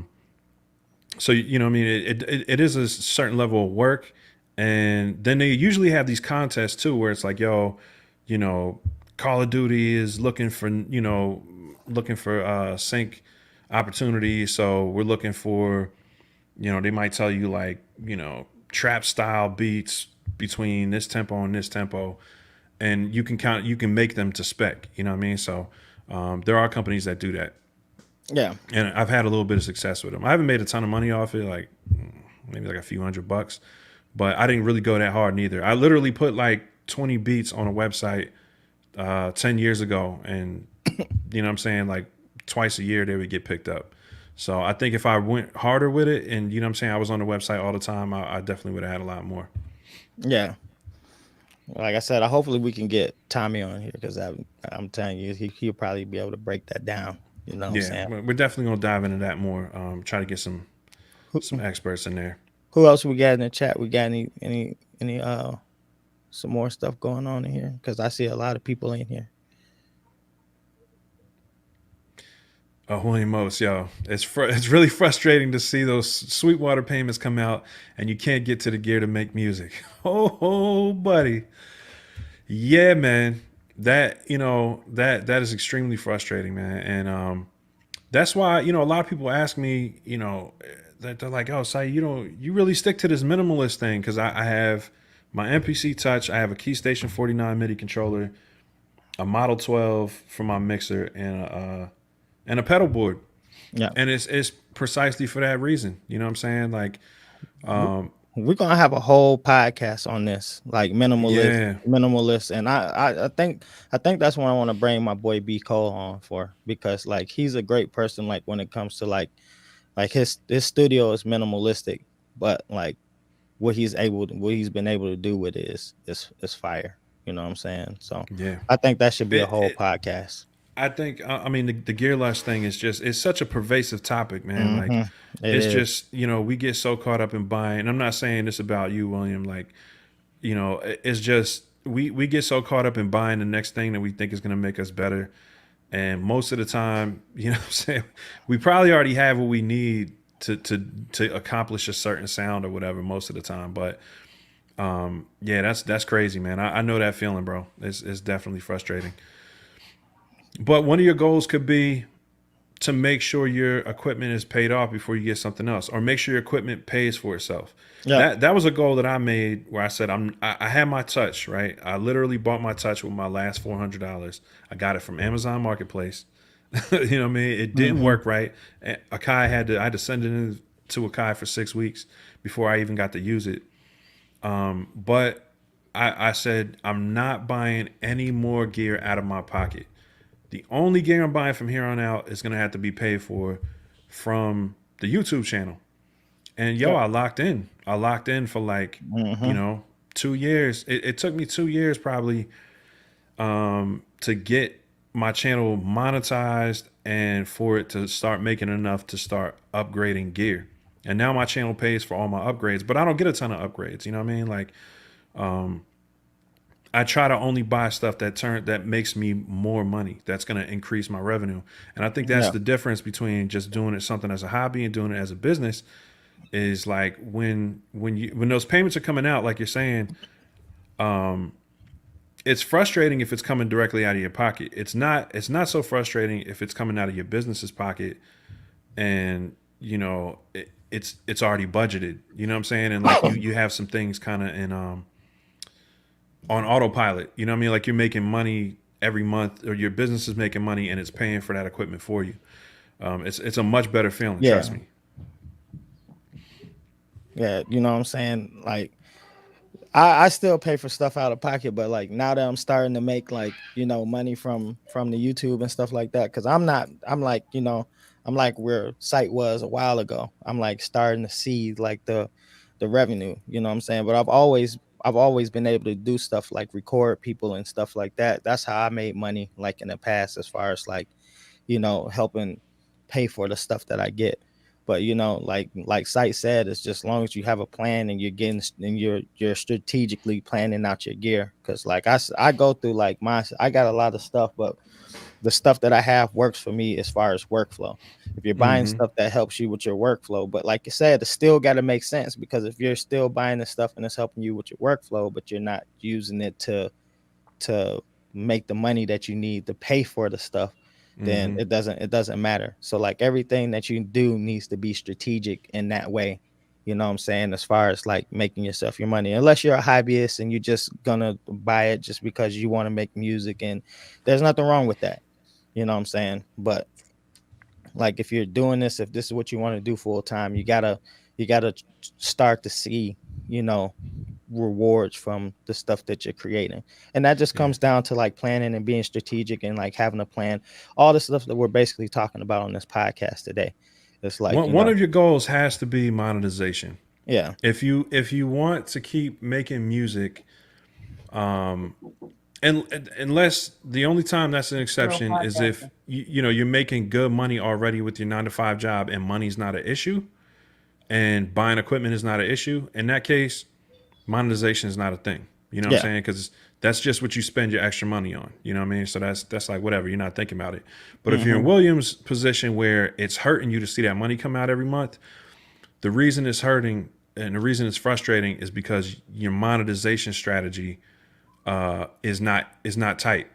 You know what I'm saying? And you're gonna continue to be frustrated until you get your monetization strategy together. And that's like a big way to say, find a way to make it flip.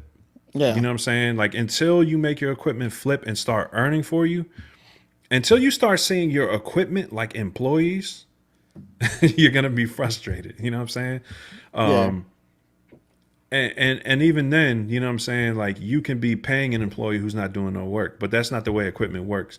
Like equipment, as long as you buy it one time and it keeps doing the work, usually you have to get on it. But you have to find a way to make it pay for itself. And whether that's starting a YouTube channel, whether that's, selling the beats on BeatStars or making connections, or, whatever it is, getting your monetization strategy as your main goal and going after that is going to make life so much easier, because man, I hate bleeding out money, yo. Hey man, like it gets real though, especially if you, and that's another thing too. Like don't go broke or put yourself in debt for these things. You know what I'm saying? Like I mean, life is life, man, and we still got to make like responsible like decisions and choices. You know what I'm saying?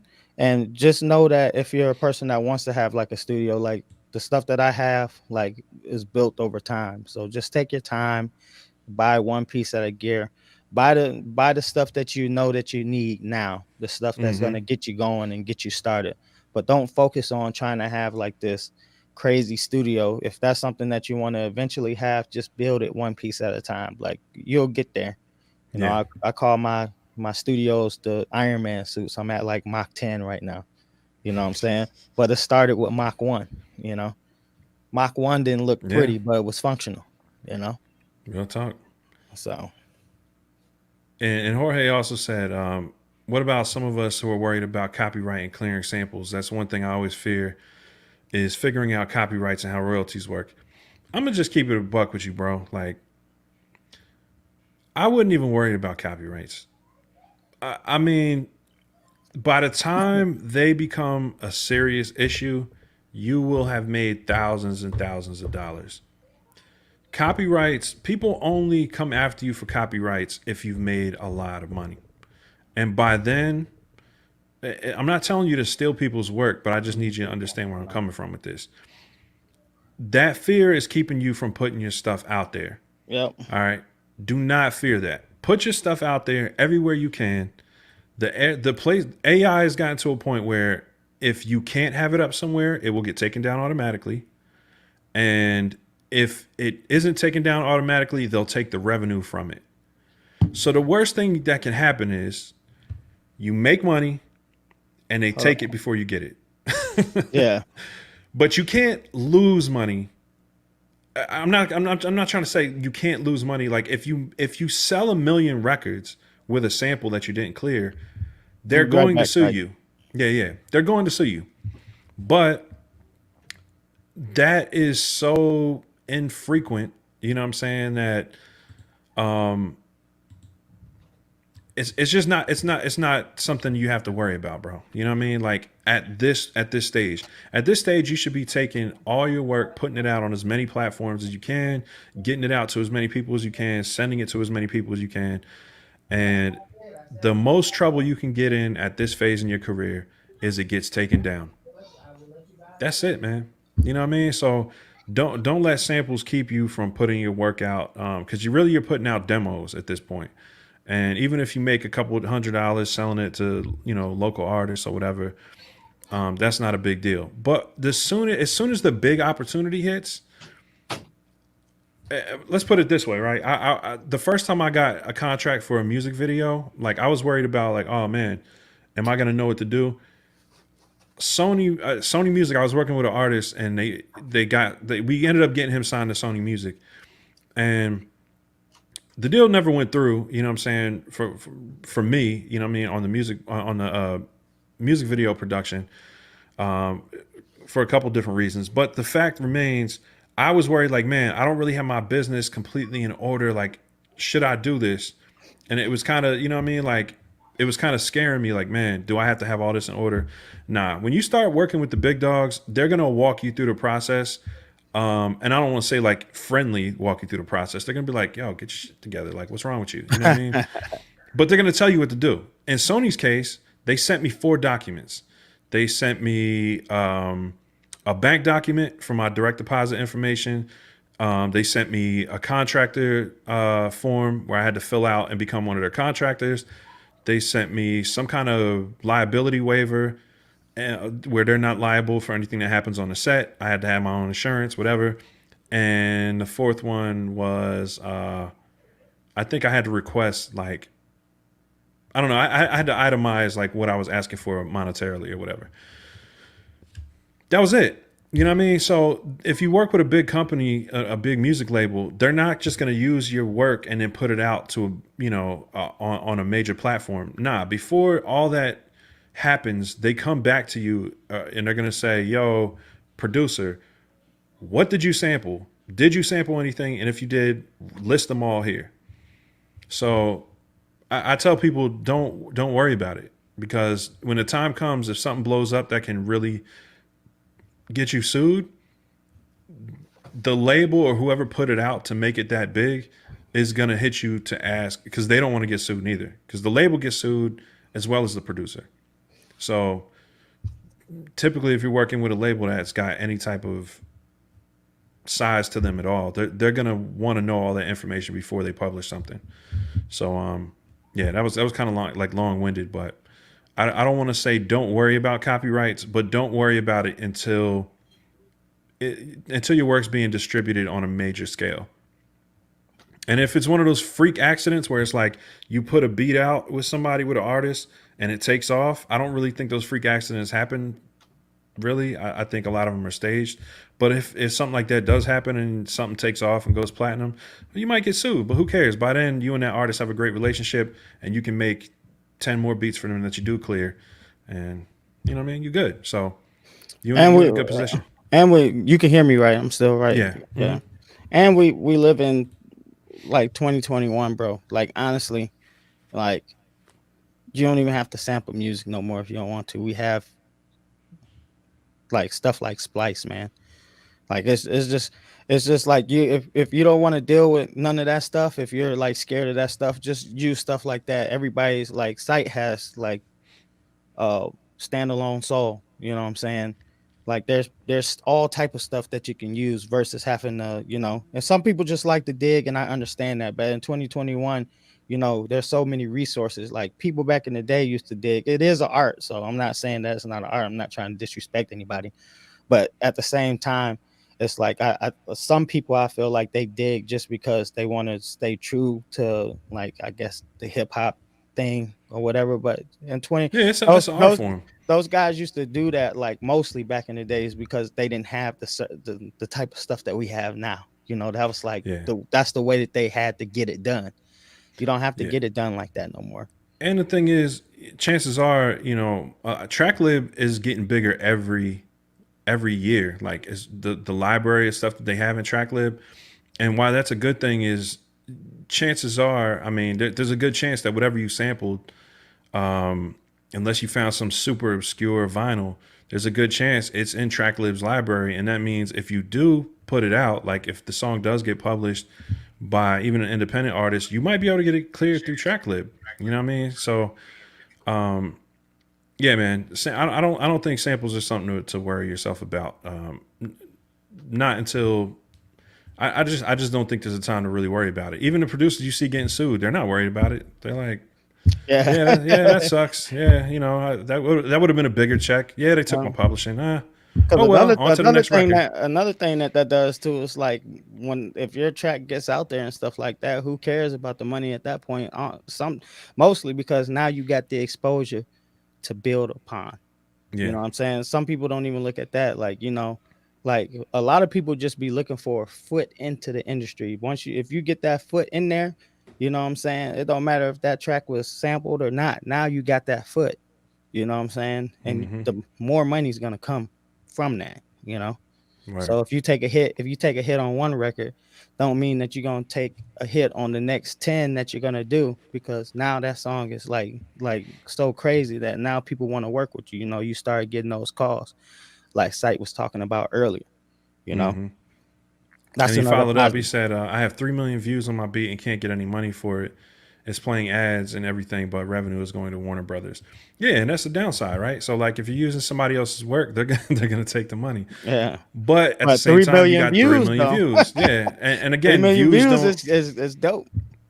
You'll know next time you want to put a beat out, you'll do it with something that's cleared or royalty free. You know what I mean? Yeah. But 3 million views is exposure and can lead to more opportunity. So it's not a loss. You know what I'm saying? No, it's It's definitely definitely not a not. loss, man. Yeah, I mean you're not going to get the money you would have had if it was original, but you shouldn't. You know what I mean? If it's somebody else's work. Because you want to go off the power of tens anyway. If you're talking about, they use this stuff in business all the time. Like you want to think like if you got your stuff in front of like 3 million people, that 10% of those people are gonna like follow up with you.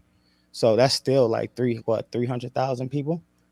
You Hmm. know what I'm saying? So if you drop some stuff, it still might be on the lower end. It might be 4 to 6%. You know what I'm saying? But even that, you're talking about 10% is 300,000. 4 to 6% of that is still a lot of exposure that you can get. Now, if you had a beat out there that was cleared and stuff like that, like 300,000 views and stuff is still a nice little, Hmm. you can start building on that. That's what I'm saying. Like like don't always look at everything as like I didn't make the you know we- the most amount of money on it, because some of the videos that like people make, like even on YouTube, are just strategies for other stuff. Like I might do a video on a review for an audio unit, and that might be for, what I'm saying, like affiliate marketing or trying to, do that stuff. But I might just launch a video that is trying to target like a email list or something like that. That doesn't have nothing to do with me making money right away.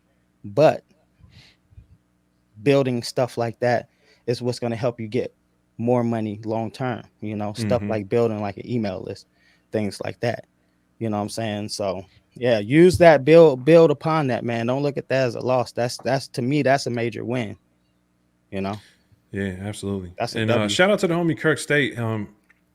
He dropped in. He said, "Big studios not needed anymore. Dudes out here making millions off FL and a few plugins." That's true, but I was bringing up big studios before as a networking opportunity, and just because they're not needed anymore doesn't mean people don't use them. You know what I'm saying? So studios in Atlanta are still booked. People still come from out of town and book up studios out here because it's not that they're It's the image. it's It's the image, right? it's And the, and it's the image. Like it's you, the image the artist wants, and it's the yeah. image the producers want. So working Hmm. producers in Atlanta, think about it this way: if you're a producer and you live in Atlanta and you're up and coming, and some artists are coming, some artists coming from out of town. Let's say they're like dope boys from wherever. You know what I'm saying? They could be from Memphis or something, right? And they got 10 racks and they come into town and they want to spend 10 racks in the studio. They want to buy beats. They want to do their man's whole album.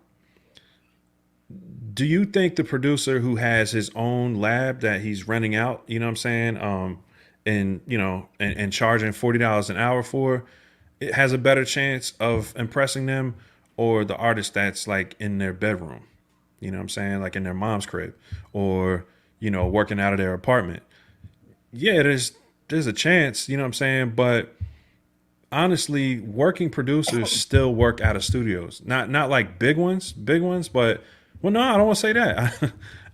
A lot of the placements you see, bro, like I know engineers in Atlanta, and they're still working out of big studios. They're Yep. still working out of $1 million studios booked every week. It's not what's needed. It's what the industry is still using it. There's always going to be a place for professional spaces. Like that's like saying, yo, you don't need a nightclub because you can have a party in your living room. That's right. It, It's it's it's the image, man, and like a lot of that stuff too. Like especially for artists, like that stuff counts. Like, what I'm saying. Um, because a lot of stuff with like music and stuff, especially with hip hop and stuff like that, is a lot of boasting. So I got all this money. I'm in the best studios. I'm popping bottles in the studio and stuff like that. So like most of the time when they're doing sessions and stuff like that, where you see them in big studios, that's the get the image. You know what I'm hmm saying? Across that. hey, this is the stuff that we're doing. So you they always have crews around that's taking pictures, that's catching the visual of the stuff. Hmm. They're always getting, and that's important for artists too. Not so much important for producers, but for like artists, like to show that that they're like their image, like they have to show this image. So they're always No, it's catching important. It's visual. important. It's important for everybody. Going back to the success formula: talent, image, exposure. Yeah, well, Each, let me take it back then. yeah, no, image sometimes matters more than the talent. You know what I'm saying? Because if you get exposure, right? Say that you get that huge chunk of exposure. I tell people look at the shows that are on TV like America's Idol or whatever, American Idol. They start off raw talent, image trash. Like these people's image be straight trash, right? So what Hmm. do? They bring them onto a big stage, give them tons of exposure. They improve their talent. They give them vocal coaches, and they improve their image. They dress them up. They make them look professional. You know what I mean? So talent and image do matter. But if you dress somebody up and you gave them vocal lessons and you never put them on the big stage in front of millions of people, they would never be, you know what I'm saying? That the success level would not be anywhere near the same. So Yeah, the exposure is the most important part. You know what I mean? Because if you crush a show and you look like a bum, most people are going to be able to overlook the fact that you look like a bum. You know what I yeah, mean? yeah, That means the image matters, but it doesn't matter more if you're talented and you crush it and you have exposure. The image doesn't matter. And if yeah, your image looks great and you know what I'm saying, and your exposure is great, your talent doesn't always matter. That's why the people who are the biggest artists right now are not the most talented people. Not yeah, all of them. There are some who are super talented, yeah. like your Adele's, your Oh yeah, yeah. those type of people who are That's just my like baby phenomenal too. talents. Yeah, but I mean, there's plenty of people who are not that talented, but their exposure level is crazy, and their image gets improved. You know what I mean? Some people's image isn't that great when they first come out. Look at any artist you like when you first saw him. Look at Ghostface Killer in the first Wu-Tang videos. He's got like he's got a mask on. You know what I'm saying? He's just rugged. You know what I'm saying? Like wearing a Carhartt jacket.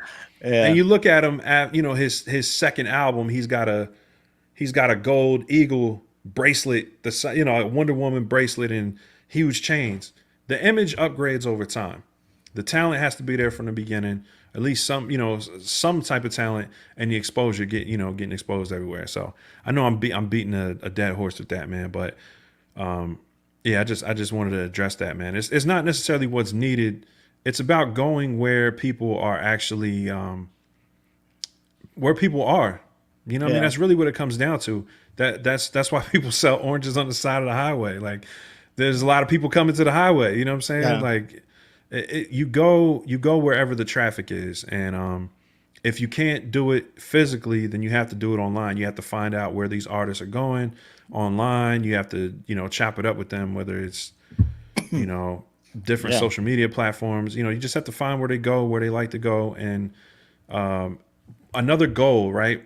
And this is a huge goal I got from a music book, probably like 15 years ago, talking about actually listing your ideal customer, right? So if you're a producer, listing out, they call it profiling, coming up with a profile for the type of artist you want to work with, and getting as detailed as like what type of clothes do they wear, what type of shoes do they wear, what type of jeans would they buy, what type of hats are they into, where do they shop, what do they drink, do they smoke anything, what type of stuff do they, you know what I mean?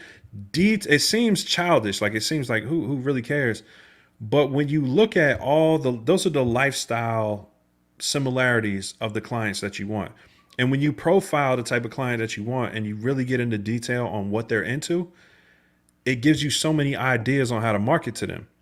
Because into like if you're into like, let's say is trap artists, right? They're rocking Balenciagas. All right, so if there's only one mall with a Balenciaga store in your entire city, you should probably go kick it at that mall because all the trap dudes are going to be going to the Balenciaga store. You know what I'm saying? It's a silly example, but it's just it's facts. It's like really profiling what type of places do the artists you want to work with, where do they go, and then just go there and have something to show them. You know what I mean? And that's going to increase your chances. And that's what I was saying about the studio. A lot of artists who have a budget, who come from out of town, they have big, they got stars in their eyes, they got dreams. They come to Atlanta and they go to these studios and they pay $100 an hour and they pay, $50, $100 an hour to record in these studios because it looks great on the gram for everybody back in a small town where they from. You know what I mean? It's good content. It helps them build their brand. And then that's also where other working artists are. So then that's where you connect with other people who are putting their money where their mouth is. You know what I mean? So yeah. And I seen somebody use I think it was Jorge use like Soldier Boy or something as a he got on by Crack Fruity Loops and all that stuff. But yeah, like I think Soldier Boy is from Mississippi too, but he eventually still went to Atlanta. You know what I'm saying? And did a lot of stuff out in Atlanta. And he was going to Memphis. I think he was going to Memphis too, like studios in Memphis and stuff like that. So he wasn't just solely working from like where he was. And once he got like that exposure and stuff like that, he ended up relocating. That's just the name of the game. It's gonna it's not really an accurate story. It's not like you just use a crack version of FL and you blow up. No, he was working with like Mr. Collar Park, who was already hot at the time. He was producing like Yin Yang Twins, and he had a whole like string of hits. And he walked Soldier Boy into like labels. He had some kind of situation with Mr. Collar Park. So it's not like Soldier Boy just took off on his own, completely independent. Yeah, like, it's everybody. Nobody sees like the behind the scenes work. They just see like Soldier Boy, Crack. You know what I'm saying? But like what stuff is going on in the background that people are not seeing? Yeah, there's those a lot Soldier of Boy records was mixed on $500,000 SSL boards. It's not like it went straight from FL to the big leagues. Like, I'm not saying every record's like that, you know what I mean? But at that time, like it, if a record makes it really big, it usually gets remixed. I think Bolo was talking about this before. He has, I think he said, "Watch Me Whip, Watch Me Nay Nay," the joint he did with Salento. Yeah, I think he said he mixed that in his crib, and the version everybody hears, but that's like a viral, that's like a new age type of thing. You know what I'm saying? Like a lot of times before a record gets that big, it's usually intercepted by a label and mixed properly. But yeah, I mean, there's ways. But again, Bolo's not using crack versions of FL. Like, nah, that man invests in his craft. He has real and equipment. he knows what he's doing too. And he knows what he's doing. It's not like he just picked up FL Studio and like just somehow magically made a song and then released it. Like you have to know how to mix and stuff somewhat, even though he doesn't mix his beats and shit. It's getting real spicy in here. Mega House TV. And shout out to Mega House, man. That's my dude. Some people agree to attend them weird Hollywood parties, and that's how they blow up. I think that's how DJ Mustard blew up, because his beats are hot. Dumpster juice on 100 DJ. Yeah, I mean, nah, bro. I think Mustard was already doing he was doing a lot of work with a lot of people, from what I understand. Mustard is a beast. I watched an interview on Mustard. Mustard used to like literally go to studios and like get plugged in with artists, and he would give them like 100 beats, like 100. Like this dude was making like 100 beats a day, like 100 beats a day. I mean, yeah, they're not, it's not. They're not classical music. Like, they're not. Yeah, but I'm just saying, like, when you putting out that kind of volume, though, like you bound to like, you're bound for some shit to hit, bro. Yeah, like, and Mustard got a few joints though. Like Mustard got some joints. When I remember 2013 when I got here to Atlanta, Mustard was killing them, bro. Like Mustard on the beat, everything went off that Mustard tag. on the beat, yeah. And but I was saying, go ahead, bro. My bad. Yeah, it's not the beat. The beat is not like for you to spit crazy bars to, but it's for what you see in those clubs. I remember what I was saying in the clubs was like, oh, that's what that record's supposed to do. Like, that's what that sound is for. That's why that beat sounds so simple. Yeah. You know what I'm saying? Like, because, I mean, he was just going off, man. Dude, when I hit Mustard, like I said, and that's why I'm telling people, like, and this is the whole thing that we're iterating, It's like consistency and volume and like putting out, just getting your stuff out there. Like so many people are like so caught up on like how stuff sounds. It's got to sound perfect. All this stuff. I got to have all this gear stuff or whatever. I got to be around to just get your stuff out there, man. This dude was dropping off 100 beats. They all of them, 95% of them probably could have been hot trash, as my man said. But the 5% that wasn't is the ones that got him where he is. You know what I'm saying? Or got him on Yeah, at that time. You know what I'm saying? that's facts. He And it comes down to goals too. You know what I'm yeah. saying? Are you making music to stay true to yourself and where you come from? You know, because I made a post on Facebook a couple weeks back. It said, "Hi, I'm Sight. I'm 41, and I have no interest in making music for teenagers, and that's okay." And it had like 270 likes. It's my most engaged post I've ever made, and I think I made it as like a joke. You know what I'm saying? Like to be lighthearted about it, because I think a lot of us get caught up in trying to compete with stuff that we really don't want. I don't Yeah. want to make beats for teenagers. Like, you know what I'm saying? Like, when I say that, I'm not saying that to insult anybody. I'm saying that, like, the music I love and I appreciate is being made by people who are my age. That's the Yeah. music that I like. I like Griselda. I like the News Nas album. I like, you know what I'm saying? What else am I listening to these days? I mean, that's most of it. I've been listening to the Nas album, real crazy. Yeah. And I go back and listen to stuff I grew up on. You know what I mean? I'm not I'm me personally, I'm not interested in making music that's relevant for 17-year-olds right now. That's just not I don't care for that. You Yeah. might care for that, you know what I mean? And that's why I think, you know, guys like Bolo are so dope because, you know what I'm saying, he's probably around my age, you know what I mean, in his 30s, maybe I'm 41. So he might I think he's around my age, but he's still making records with like teenagers that are blowing up the charts. Yeah. That's dope. That feels good to him. That's the type of music he likes to make. Like, you know, there's no wrong way to do it. You know what I'm saying? And I think a lot of unhappiness comes from trying to compete with people. And I talked to Lift the Noise about this before too. Like it was something I said to him. I was like, comparison is the thief of joy. Like when you compare yourself to other people and their journey and what they're trying to accomplish, and you compare what you're trying to do to what they're doing and what they have done, it robs you of your joy because you're comparing yourself to some you don't even know their whole story. You don't know they might deserve it more than anybody. You know what I mean? Like there's people that are like producers that you be like, man, those beats are really trash. But you find out like, yo, like he lost like 3 of his siblings and 2 of his best friends in the streets. And you know what I'm saying? Like the story is so crazy and it might have nothing to do with the quality of the music.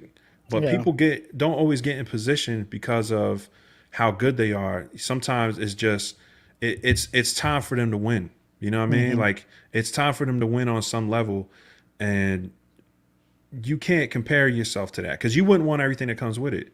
You know what I'm saying? You wouldn't want the karma of like all your having all these friends that died and siblings who died and all this loss in your life.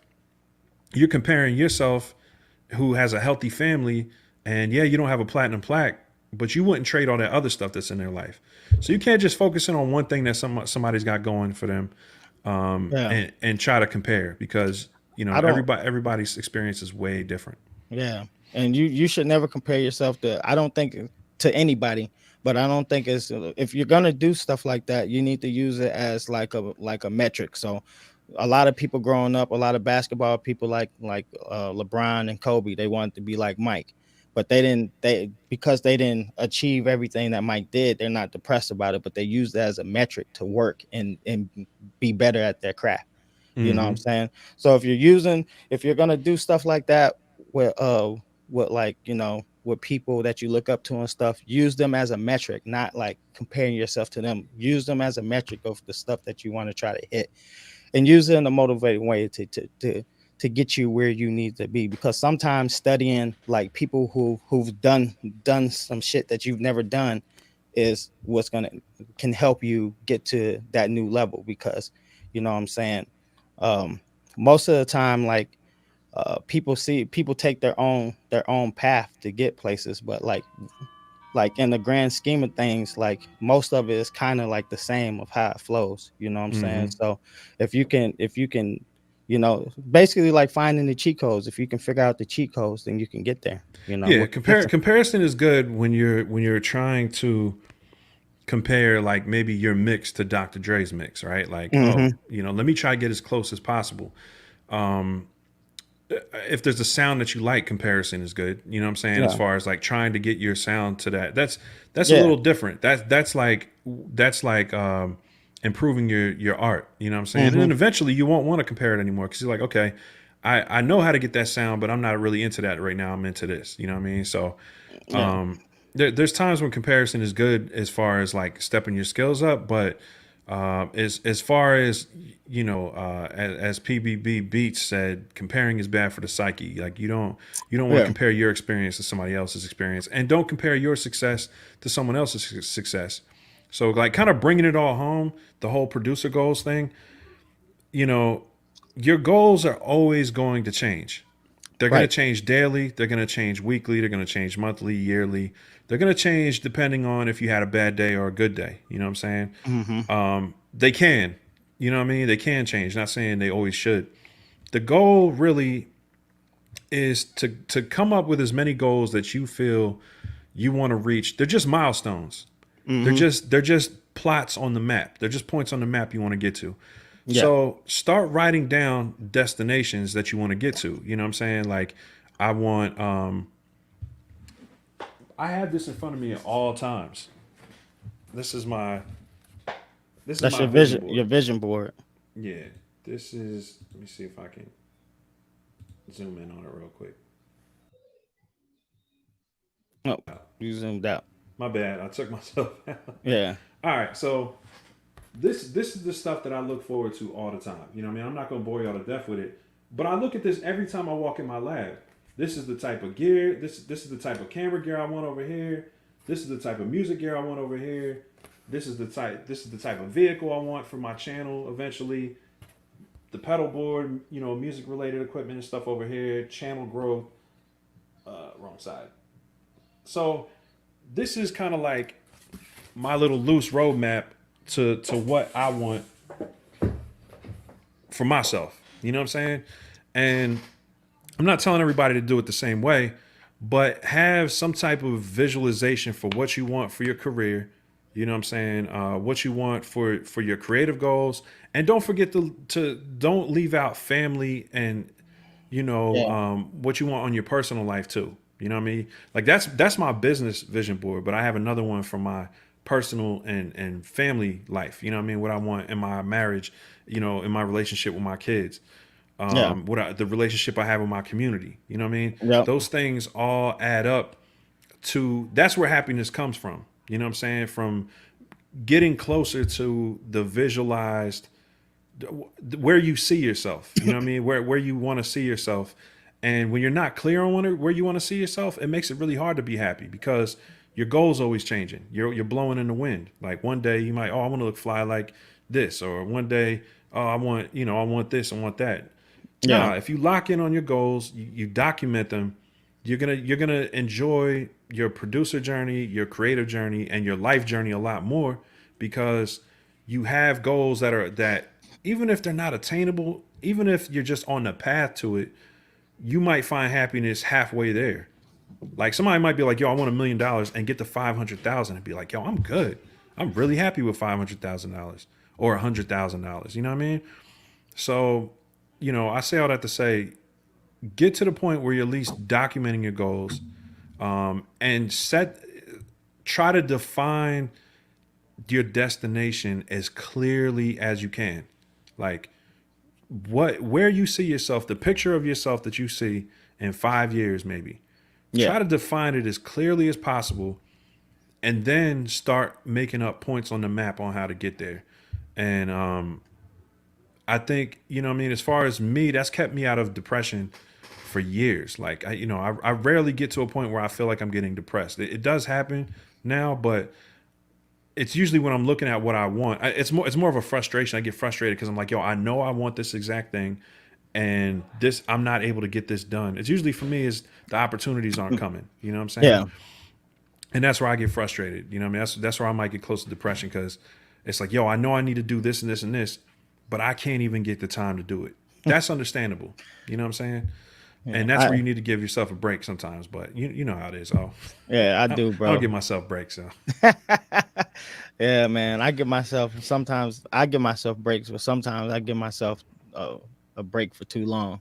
So I'm like kind of like the opposite. Like I just, but we're all working. That's the reason why we're doing this stuff.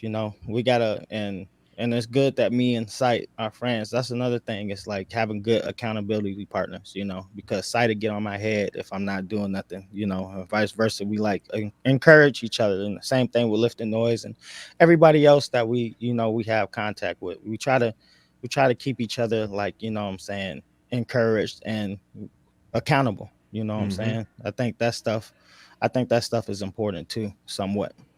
and that comes with community, because Yeah, as much community. as we try to be one man bands and one man armies, yo, it's not possible. You know what I mean? There's gonna be those times where you're just like, yo, the homie Trips no, like, yo, I was dumping on Trips last night, like, yo, man, I'm going through it, bro. Like, I know he'd be like, yo, you whiny son of a.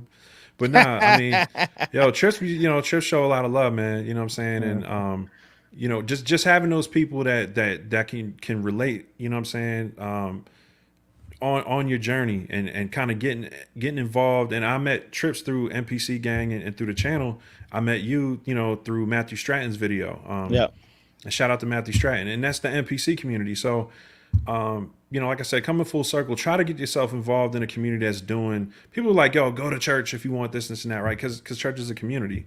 Go to a community that's doing what you want to be doing, or involved in the things you want to be involved in, and just start linking up with those people. And yeah, you're gonna run into some snakes, yo. It's like, you can't avoid it. You know what I mean? Yeah. Like, you're gonna run into some people that are jealous. You're gonna run into some people that are haters, but you're gonna run into some good people too. And that's the people you focus on, and those are the people you're able to build with. You know what I'm saying?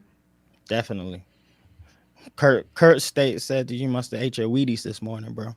I had the my mother-in-law made the grits this morning, man. You know what I mean? Southern grits they stick to the ribs.